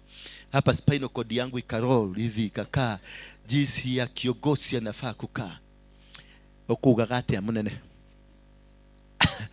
Sasa ananiangalia anashindwa, kwa sababu ninasema hivyo mbele ya watu ndio watu wajue ni mimi. Kama si mimi huyu mtu hangekuwa hapo. Amehangaika hiyo miaka yote 10 amehangaika bila kuwa na mshirika wengi. Sasa hii ndio nakuja kuniambia Kimani. Ng'ang'a kakasirika, anapanda huko juu, anateremka huko chini, tena anapanda huko juu, anateremka huko chini, tena anapanda huko chini. Anaona naingia kwa gari, nilikuwa na tugari tuwili tugine twa kunifuata. Na niko na majeshi yangu ya kunipeleka kwa barabara. Unaona watu washirika baraka wale wazee wa kanisa kama hawa ndio wanaenda kunifungulia barabara pale, kwa sababu ni mkubwa. And that was mimi ni kuangalia hivi nikaona kweli I have become that leader. I have become. Kumbe niliambiwa ukiokoka Mungu anakubadilishia maisha. Nikaona maisha yangu imebadilika. Therefore I have no reason. Ng'ang'a has no mandate to come and speak to me. Ananiambia nini? Bwana Yesu asifiwe sana. Agejira atia. Nindira atomia nindira amudhamirie. Agejira atia. Mpaka nikaanza kuangalia mpaka unajua watu wakiongezeka tugo tunabadilika. Nikaanza kuona ni kama si mimi hata nguo zake hazikibadilika. Bwana Yesu asifiwe sana. Na sasa hiyo ninaongea kama kichwa imekaa na jicho na mdomo zimekaa style nyingine ya marigo. Kumbe I was a spiritual baby. I didn't understand that it is for Ng'ang'a to be where he is, it is a process. For Ng'ang'a alitembea na baiskeli, alikaniambia story. Siku moja aliniita tu akaniambia tuende tukakule kanyama pale Serena Hotel. Ndiye akaanza kunipatia story venye alianza, venye huduma yake ilianza. Alikuwa anavaa maguo kikaratasi kwa baiskeli. Anatembea huko na nyeshewa. Akaenda akaweka kazi yake kabomolewa na kajo. Akafungua kanisa ikapigwa. Akafungua ya pili ikapigwa. Akafungua ya tatu ikapigwa. Bwana Yesu asifiwe sana. Akaniambia it has been a struggle. Akaniambia alipatiwa siku moja gari na mtu, akampatia gari mtumishi eda. Akalipoitengeneza msuri, yule mtu akakujia gari yake. Sasa mimi sikuwa najua ananiambia, young boy, todhie kahora. Eda pole pole. Hata wewe siku moja you will come to see this. Kumbe hii platform ambayo ako nayo ameilipia kutoka Bali. Ameitembelea. He has paid the price. And paying the price, it is a mortality or a situation that brings you to understanding your maturity growth. If there is no record, kama hakuna karekodi hata kadogo kwako katika maisha yako, karekodi kwenye marriage yako, karekodi kwenye kazi yako ya biashara, karekodi kutoka mahali umetoka, watu wanafuata huyu mtu alikuwa, alienda, akakua, akapada, akashuka. If there is no such record, then you are spiritually baby. Bwana Yesu asifiwe sana. It doesn't matter how unajua kutabiri. Kwa sababu nilitabiria watu na maneno ilikuwa yanafanyika. Sasa hiyo nikiwa mchaga wa maneno. Na kuambia Bwana ananiambia unaenda kubarikiwa. Mtoto wako ataenda ng'ambo. Haleluya. Unasikia? Mwingine anakuja na ninaona unaenda kubarikiwa, kuna kazi fulani imefunguka, unaenda kuitwa na ango yako anaita. And I was accurate. Ango anakuita. Within 3 hours Ango anakupigia simu na kuambia tengeneza makaratasi yako. Sasa Ng'ang'a anakujia wapi? Ng'ang'a kuna mahali ataingililia? Hakuna. Kama ninatoa unabii, yeye ni mapepo. Mpaka tukasema wachana msiatoe mapepo, sisi tunaachilia neno. Kumbe ni utoto wa kiroho ambao ulikuwa mwingi kwangu. Mpaka nikamwambia sasa mzee, wakati alifika mahali akasema this must come to an end. The day he tried to say this must come to an end, na mimi nikamwambia this must come to a beginning of a battle between you and mimi. Ndio ujue mimi na wewe nani mkubwa. Hallelujah. Ilibidi baka aende polisi. Akaenda polisi kusema my life is in danger. Kwa sababu mtu kama mimi kukuambia wakati huo, si mnajua tu mlisikia Bishop Harrison Ng'ang'a akiwaambia ati hata yeye aliogopa aliposikia Dora Waruinge ako kwa ofisi yake. Alipumua kwanza na akauliza Mungu kawaje tana ihenya atia.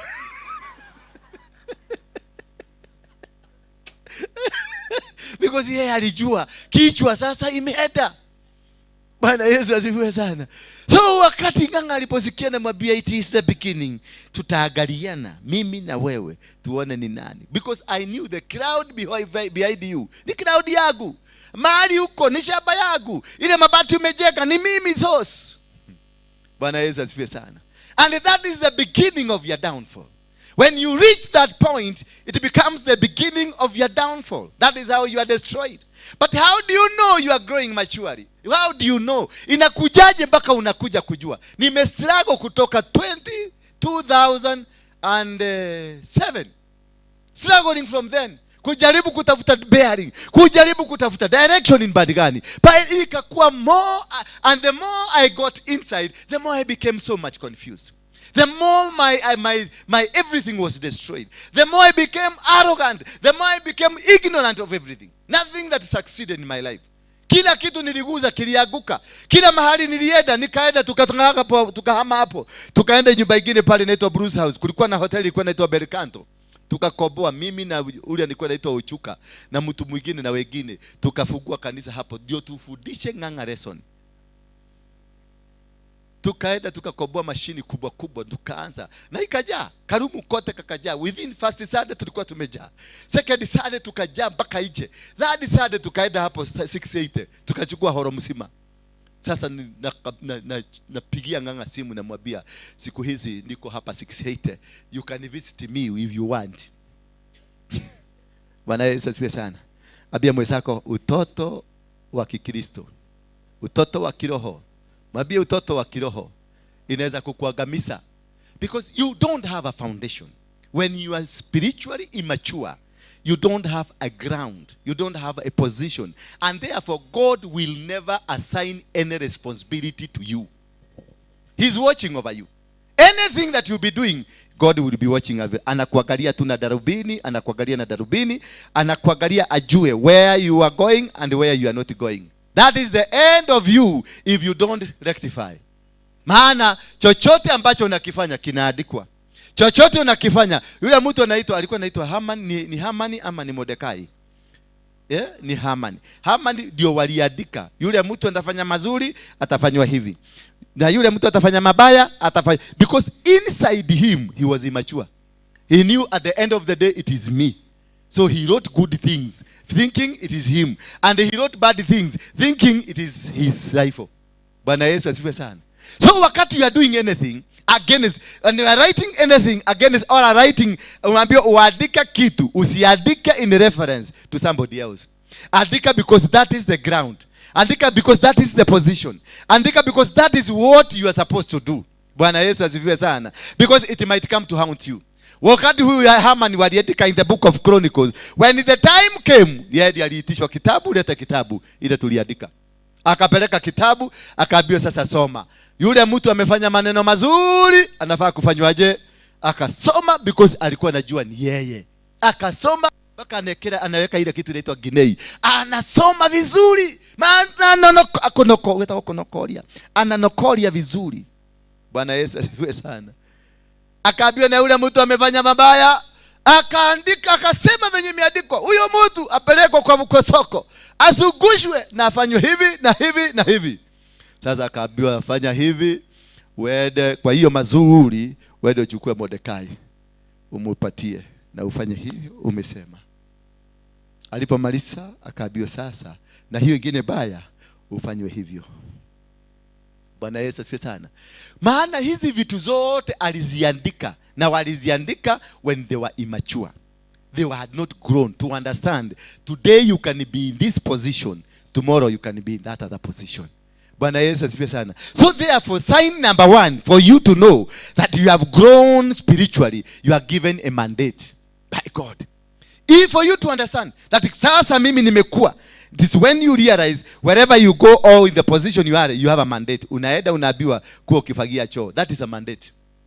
If you can be entrusted na choo, na unajua choo inaitwa public relationship. Bwana Yesu asifiwe sana. Hapo ndio kunafanyikaga maneno mingi. Maana hapo ndio usafi yako inajulikana, ndio akili yako inajulikana, and how you perform, how you conduct yourself inajulikania kwa ile. Ndio mnaonaga ninaigiaga kwa ile choo sana sana. Because ile ndio kitu ya kwanza nilijifundisha nayo. Kule kanisa nilienda, nilikufanya kazi ya kuosha choo. Nikiwa huyo mtu mnajua. Baka watu walikuwa nakuja kunichugulia. Wanaka kai, oyo. Bishofu, okera mundu uyo akathambia kioro. Kotetigirite Ngai. Akamwambia hapana, mimi yeye ndiye alichoose aoshe choo. My first ministry nilianza na kuosha. Na nilikubalika. Na choo hiyo ilikuwa smart. Na hapo ni pale wanaitwa Rogere. Hapo kuna kanisa ilikuwa hapo ya Bishop Waweru. Ilikuwa hapo. Choo ni ile ya, unajua ni ile ya huko Veshagi, ni ile ya unasikia tong. Bwana Yesu asifiwe sana. Alafu unajua sasa huko hawapendi sana kupima vizuri. Geography haikusomwa sana. So ni mchanga, alafu geography si mzuri, na alafu inakuwa wet sana. Na haikui wet kwa sababu ya maji imemwagwa ya friji, inakuwa wet because of many circumstances. Na unajua watu wa huko ni wale watu, mnajua sitaki kufanya hiyo kitu kwa sababu mtaanza kudaanza kufili vibaya. Ni wale watu badala aende atumie katika chifu mzuri na huko nje, ama afanye maneno na huko nje, wakati anaendelea na process nyingine na hii process nyingine. Hapo. Bwana Yesu asifiwe sana. Unakuja na kifagio vizuri, unafagia, unakausha vizuri. Ukienda tena narudi kuchugulia. Ndio naonaka ninakuwa na habit ya kuigia choo. Kwa sababu hiyo kitu kiliniigia. Unaenda kuchugulia, ukiona mtu ameigia unarudi, naenda nachugulia, naona kama kusafi. Unakuta yeye alifanya Kiswahili na social ethics, hakufanya geography na mathematics na physics, kupima hajui. Sasa unakuta the whole tree imelala hapo kado. Haleluya. Unaisukuma inaingia vizuri, kisha unaenda unachota jifu hapo nje unamwaga hapo. Bwana Yesu asifiwe sana. Alafu wakati kumenyesha ndio maneno iko. Kwa sababu wanajaribu kutafuta mahali ya kukanyaga, wanajaribu anatafuta inakosekana. Sasa inabidi mahali hii mtu anataka kusema amesema I have to come out. Mahali anasema I have to come out, anakamia hapo anasema sitaharibu guo, let him come out. Na anakamu hapo out. Waruinge ndio huyo anakuja anasukuma huyo mtu, anamwambia this was not the end of your journey. Your journey ilikuwa pale kwa ile shimo. Bwana Yesu asifiwe sana. When I was given that mandate, ndio nilianza kufeel the sense of leadership. That is where I started being trained. Na nikafundishwa, na nikaanza kujua ya kwamba hata ukiangalia vibaya, this is humanity. Hii ni humanity, because whoever that will come to wash is not a supernatural, is not a robot, it's a human like you. And if you are to be given a leadership to lead people, you must go through this. Bwana Yesu asifiwe sana. So you cannot be dropped atukuje hapa seo na uweze kukua pastor. No, you have to go through a process, a rigorous one. Kwanza mimi ukipita kwa mikono yangu utajua ujui. You will hate yourself. You will hate. Kwanza ukuwe ni wale mapasta wale wanatembeaga na kiatu imekaa huku, wale wanatembeaga huku. Where are the boys? Utaniumbia wale boys wako wameleta dunia hii ni gapi? Kuna mwingine tulikuwaga naye kule City Stadium, alikuta nikifagia maji, akaniondokea. Hi pastor. Na akaenda. Nilimkuta juu kama ameshika microphone, nikamwambia dekaudodeda kwelado. Nikachukua microphone vizuri, nikamwambia enda ukae pale. Kutoka siku hiyo hakuguza microphone. Hakuguza because alienda aogoje holu ilikuwa imenyesha maji imejaa kwa nyumba. Alitaka sasa atengenezewe, mimi nimtengenezee akuje akae. That means you are immature. You have not grown spiritually. You have to understand to love the people that you have. God will give you. Mungu alinipatia hawa wazee. Hawa unaona hawa. Na unajua hawa wazee wengi kwa sababu ya wamezeeka, hawana watu wa kuwapatia tumaji, hawana watu wa kupatia, hata hawana bathroom, wanalala kwa makaratasi. Kama mtu kama huyo analala kwa makaratasi na analala chini, una expect ya kuwa msafi? Yeah? Huwezi kuexpect ya kuwa msafi, lakini akaniletea kama hao. Wengi wakaingia kwa nyumba hivi, mpaka nikashangaa nikashindwa. Gwekati ya leo nilikuwa na watu wazuri kama akina Alice, wameoga vizuri, akina pale Karo watu wasafi, kina Koki. Sasa nikaanza kushindwa. So akina Koki watanichukuaje? Meko igwate maigwa adwa ya moka. Lakini sasa tani Mungu akaniambia, I am building you. This is my jail. Nikaangalia hawa wazee kwa macho hivi, nikaona I could see God through them. Wakaniambia ubarikiwe. Mwingine akakuja akanitemia mate.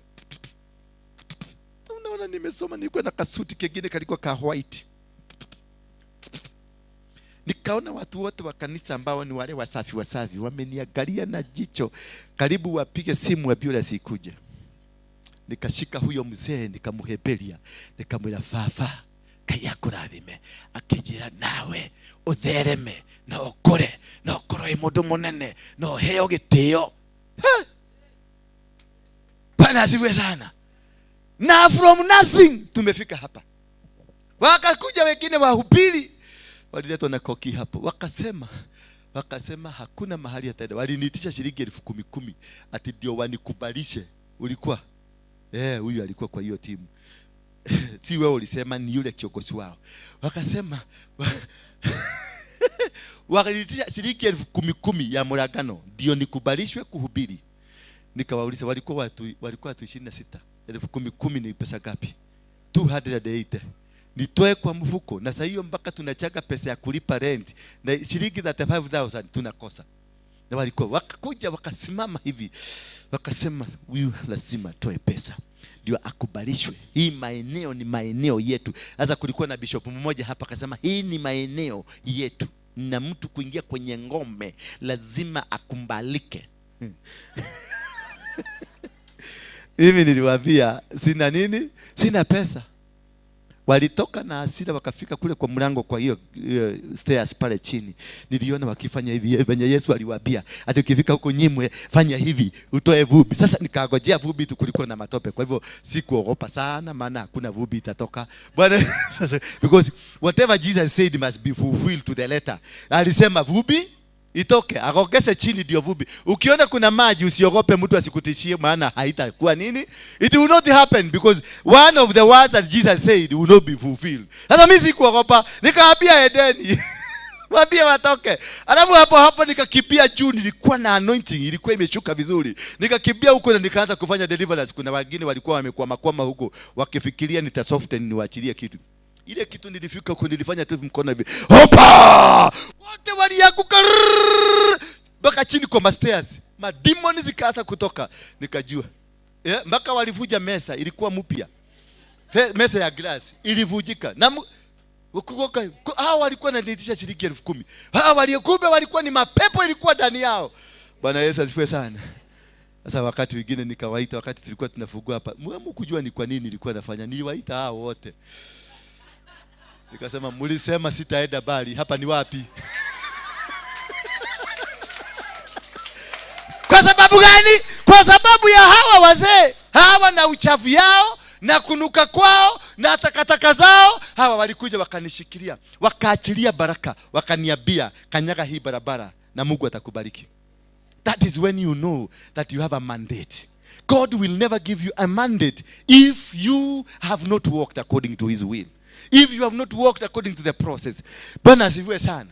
Tusome kitabu cha Genesis 41. Is it 41? Somebody to give me Genesis 41. Usikie venye huyu jamaa tunaita Yosefu, venye alipitia na akapatana na maneno magumu. And verse number 37. Genesis 41 verse number 37.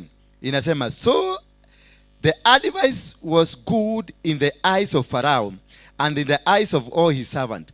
And the Pharaoh said to his servant, can we find such a one as this man, in whom the Spirit of God, in whom is the Spirit of God? Then Pharaoh said to Joseph, inasmuch as God has shown you all this, there is no one as discerning, as wise as you.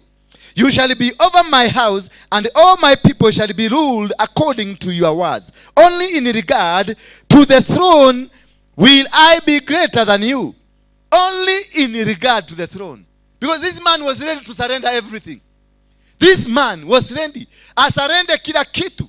Then anamwambia, inasmuch as you live, there has never been any man that has wisdom like this one. Na akamwambia, it is only because of this protocol. It is only because of the laws zile ziko hata hii kiti yangu ungechukua. Because of what? Of the processes this man underwent.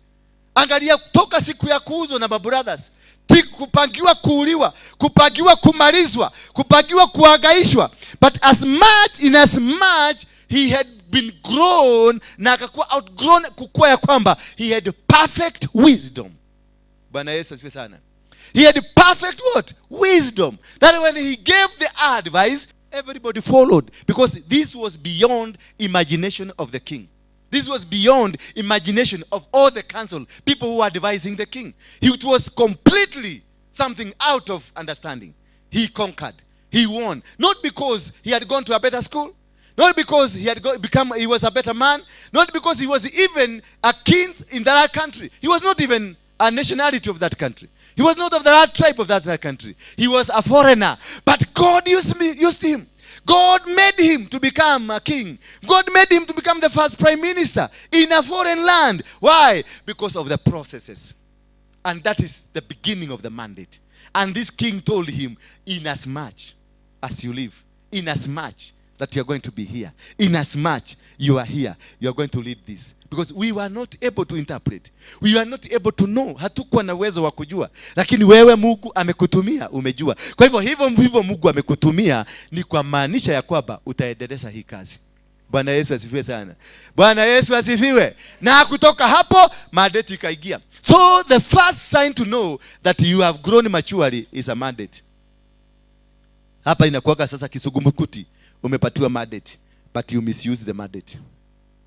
If you misuse the mandate given to you, you will go down and you will struggle coming back. And that displacement will automatically come in. Na ikiingia, to replace that, kuna mtu ulipatiwa kazi ya unabii, but instead kutumia ule unabii, ulitumia unabii kunyanyasa watu. Ulitumia kazi ya, ulipatiwa biashara, ukafunguliwa kaduka ka kioski. Instead of running and walking according na plan venye Mungu ameiweka, ulianza kufanya vitu zako. Sasa wakati ilienda chini, ndio sasa ulianza kufunguka macho.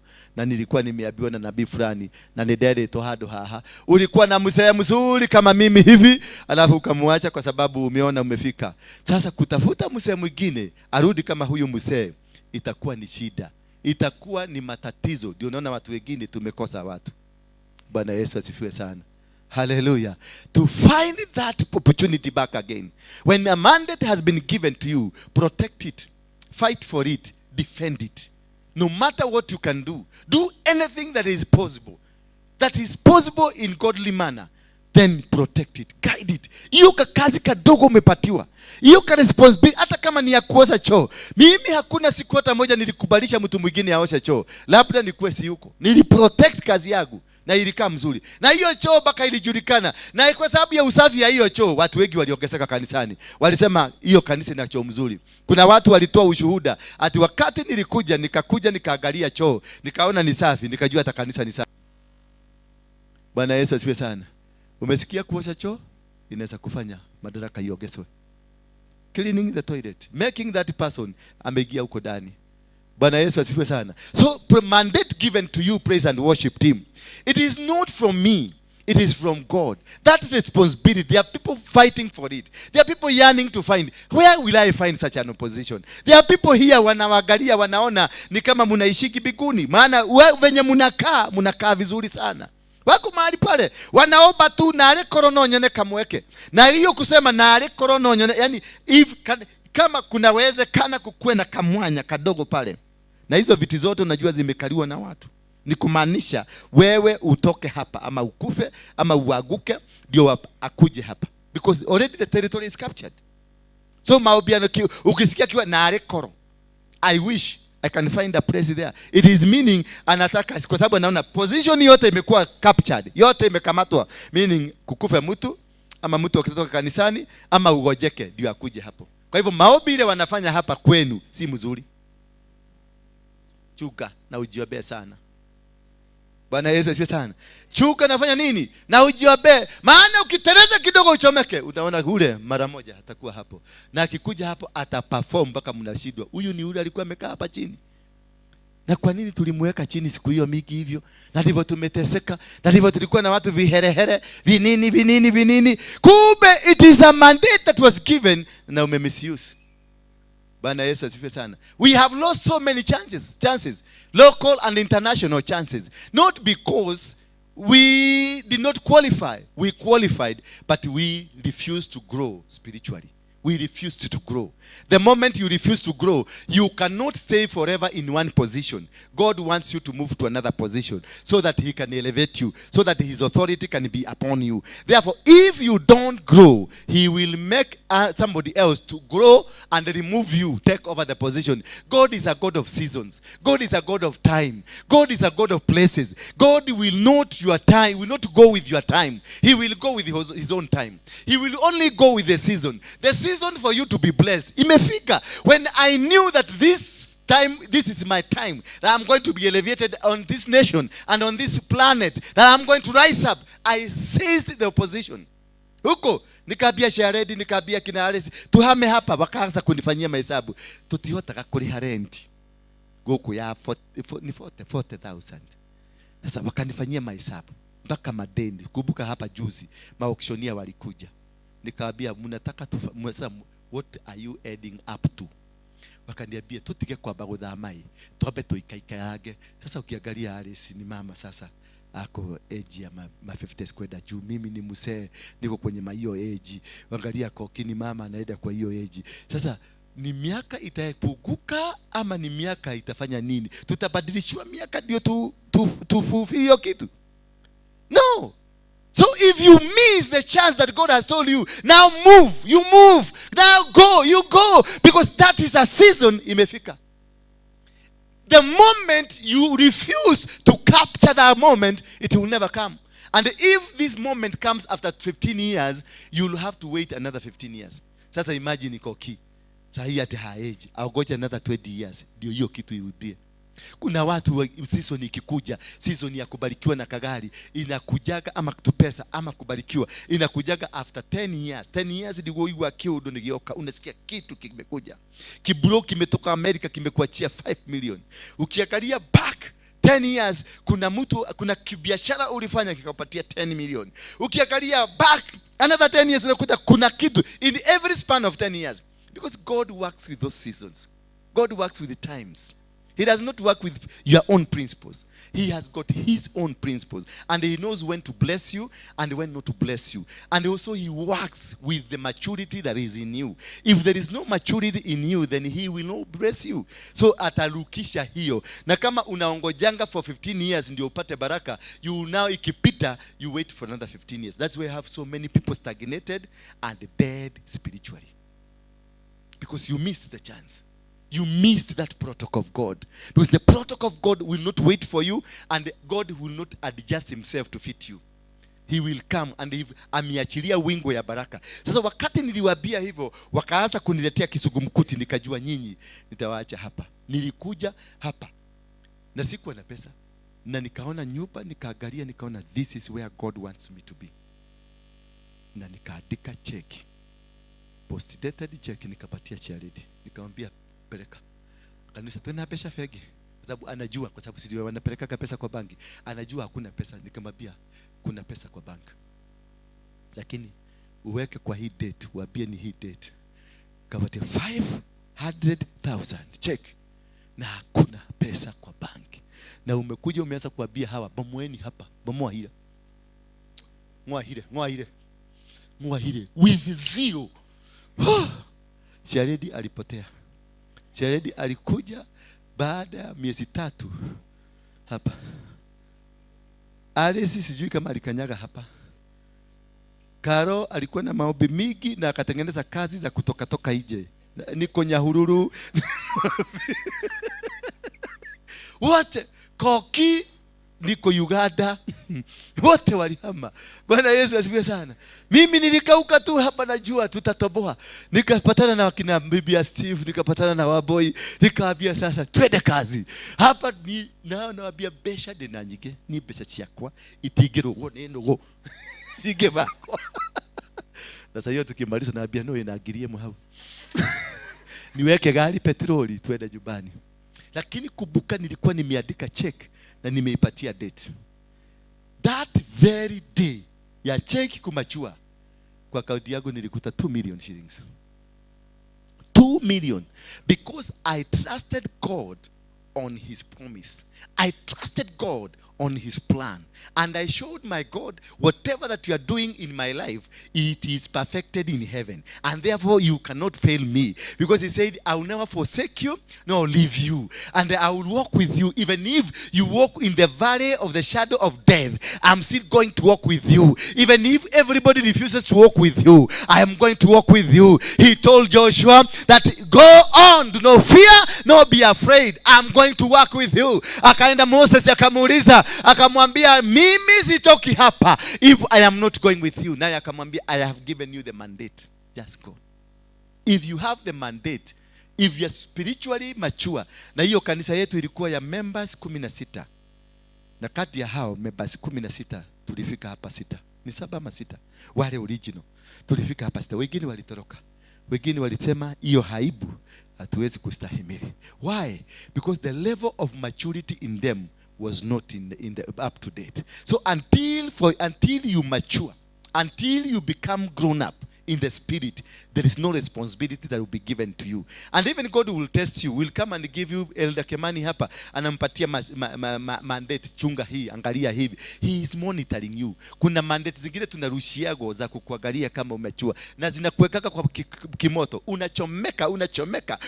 Ni kanisa ni kumalia dadi kanisa ni kumadena makwa mabere ni kumalia dadi ni kumadena makwa ni. God is watching over you. He's waiting, he's listening, because God gives you a mandate and then he disappears into the bush to listen on your voice. how you are talking. How do you talk over the mandate you have been given? How do you speak about it, for it or against it? Are you happy with the mandate God has given? Are you seeing God in whatever that he has given you? Because some of the God sometimes disappears. God is crazy.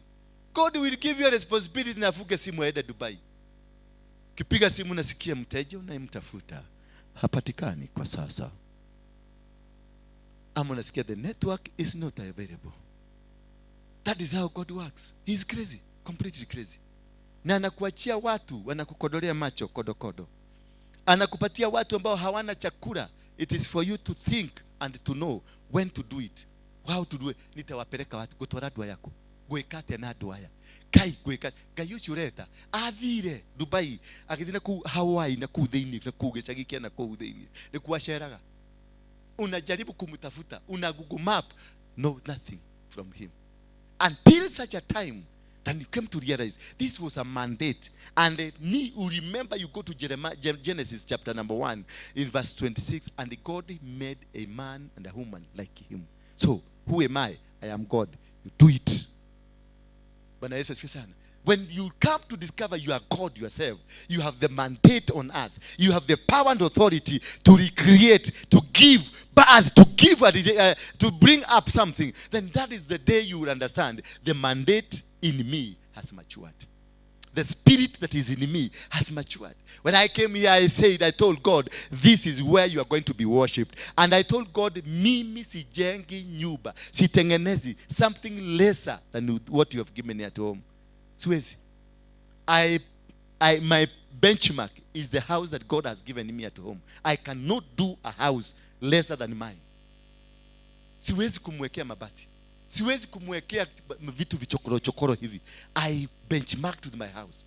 Na nikamwambia Mungu, mimi nataka tu nitakufanyia mambo mazuri hapa, nitatengeneza mzuri hapa, but what I want, it is not this one. I want land. There is a blessing that is associated with land. A land that belongs to you. A land that you build from down, because the foundation ambayo wale walijenga hii nyumba, the foundation, you don't know it. You need to understand your foundation. You need to understand where you came from. You need to know. And because of this, immediately nilipomaliza kujenga, sikuambia watu hapa, lakini immediately nilipotengeneza hii, tukatengeneza ikakuwa mlimo mzuri, nikaona wachia akakuja akasema, oh wow. Nikaona Koki amekuja, oh this is God. Nikaona Karwa amekuja amesema, wow, it was prophesied. Wow. Kube, they will come to confirm on what was said. And then immediately nilipomaliza hiyo yote, Mungu akaniambia, this is a bank, this is not a church. You are going to do a church for me. Sasa imagine huyo Mungu. Korwe go kuingia murire makofi maigana. Ajirete rĩu ĩno nĩ bengi na hingo nginya tutiecirĩtie ũhoro wa gũthondeka sako. Akaniambia sasa hii ni bank. Sasa nikajigwa, imagine Equity itakuja, ni family. Sasa unajua Equity hapa, nikaanza kufuga, nikasema Equity wasijue hii nyumba, in the mighty name of Jesus Christ. Nikaanza sasa uchawi. Ukasikia unaanza kufuga, ukifanya hiyo ndio inaitwa mchawi. Nikabadilika, nikakuwa kama mchawi. Wakati nikiomba nikasikia, no, this is not right, whatever I'm doing. Nikakumbushwa, go to the strategic plan ile mliandika wakati mlianza. We have a 6-year strategic plan. Nikafungua page 1, page 2, nikakuta asako. Kumbe tulikuwa na sako, tulikuwa tumeandika. Tulikuwa tumeambia Mungu siku moja tutakuwa na sako. Nikakuja nikaita yule mama wa Safaricom, umeenda wapi? Na Jane yako? Jane adireko. Aya. Na otoraga. Tukirugame makuone. Sasa huyu mama na huyu mwingine wakakuja kaniambia, Apostle, the grace upon you itumie vizuri. Fungua sako. Ndio hawa watu wanakuja kwako uweze kuwasaidia. Na akaniambia, mimi ndio mkubwa ya 2NK sako. So I'm not misleading you. You can go and do a reference and see what I'm telling you. Nikaigia nikakumbuka. Jana nilisoma sako. Leo wamekuja wameniambia sako. Nikaambia, let's go on to register. Na tukaregister na ikakuwa. Hapo sasa ndio Mungu ameniambia, nilikwambia hii ni nini? Ni bagi. Hallelujah. This will be the best bank in Africa. This one. Hapa. Hallelujah. Therefore, that is why I have the authority to tell you so, because I got a mandate. Bwana Yesu asifiwe sana. Because time has elapsed, I will continue with the rest after the service. Simama kwa miguu yako. Kipindi cha 3 tutakuwa hapo. Simama kwa miguu yako na ushike zaka zako na sadaka zako. Ukuje hapa mbele Karanja. Mutalete zaka zenu hapa na sadaka zenu hapa. Mumesikia hiyo maneno? Ni maneno mzuri. Sasa imagine handle one topic. Tunaingia topic 3. Na hizo nitazimaliza jioni. Tutazimaliza zote. Ukitoka hapa, you will be mature, spiritually mature, very strong. Na utafanya maneno na utaona vitu mingi umekuwa ukistruggle hata hakuna. Bwana Yesu asifiwe sana. Karanja, go ahead. Amen. Hallelujah. Let's appreciate the word of God. Hallelujah. Amen. Even coming to bring your sacrifice at such an altar is a mandate that you have grown and you have known to connect with God. Hallelujah. Yeah, you receive a mandate. Hallelujah. Even a mandate of becoming better and better, even in finances. Hallelujah. Nataka ukajiandae tukaweze kutoa matiro yetu. The tithers, please come. Amen. Please come, prepare to come in Jesus' name. You can pay your tithe, you can pay your first offering in Jesus' name. As you are given a song, as we give in Jesus' name. Amen, amen, amen. Hallelujah. You can give your tithe in Jesus' name. You can give your offering as you are given one song by a praise team in Jesus' name. And then it's our make up prayer. And then it's our dismiss you for the other service in Jesus' name. Hallelujah. Tunaomba uwepo wako uende nasi. Amen. Ewe Bwana wa majeshi tusikie.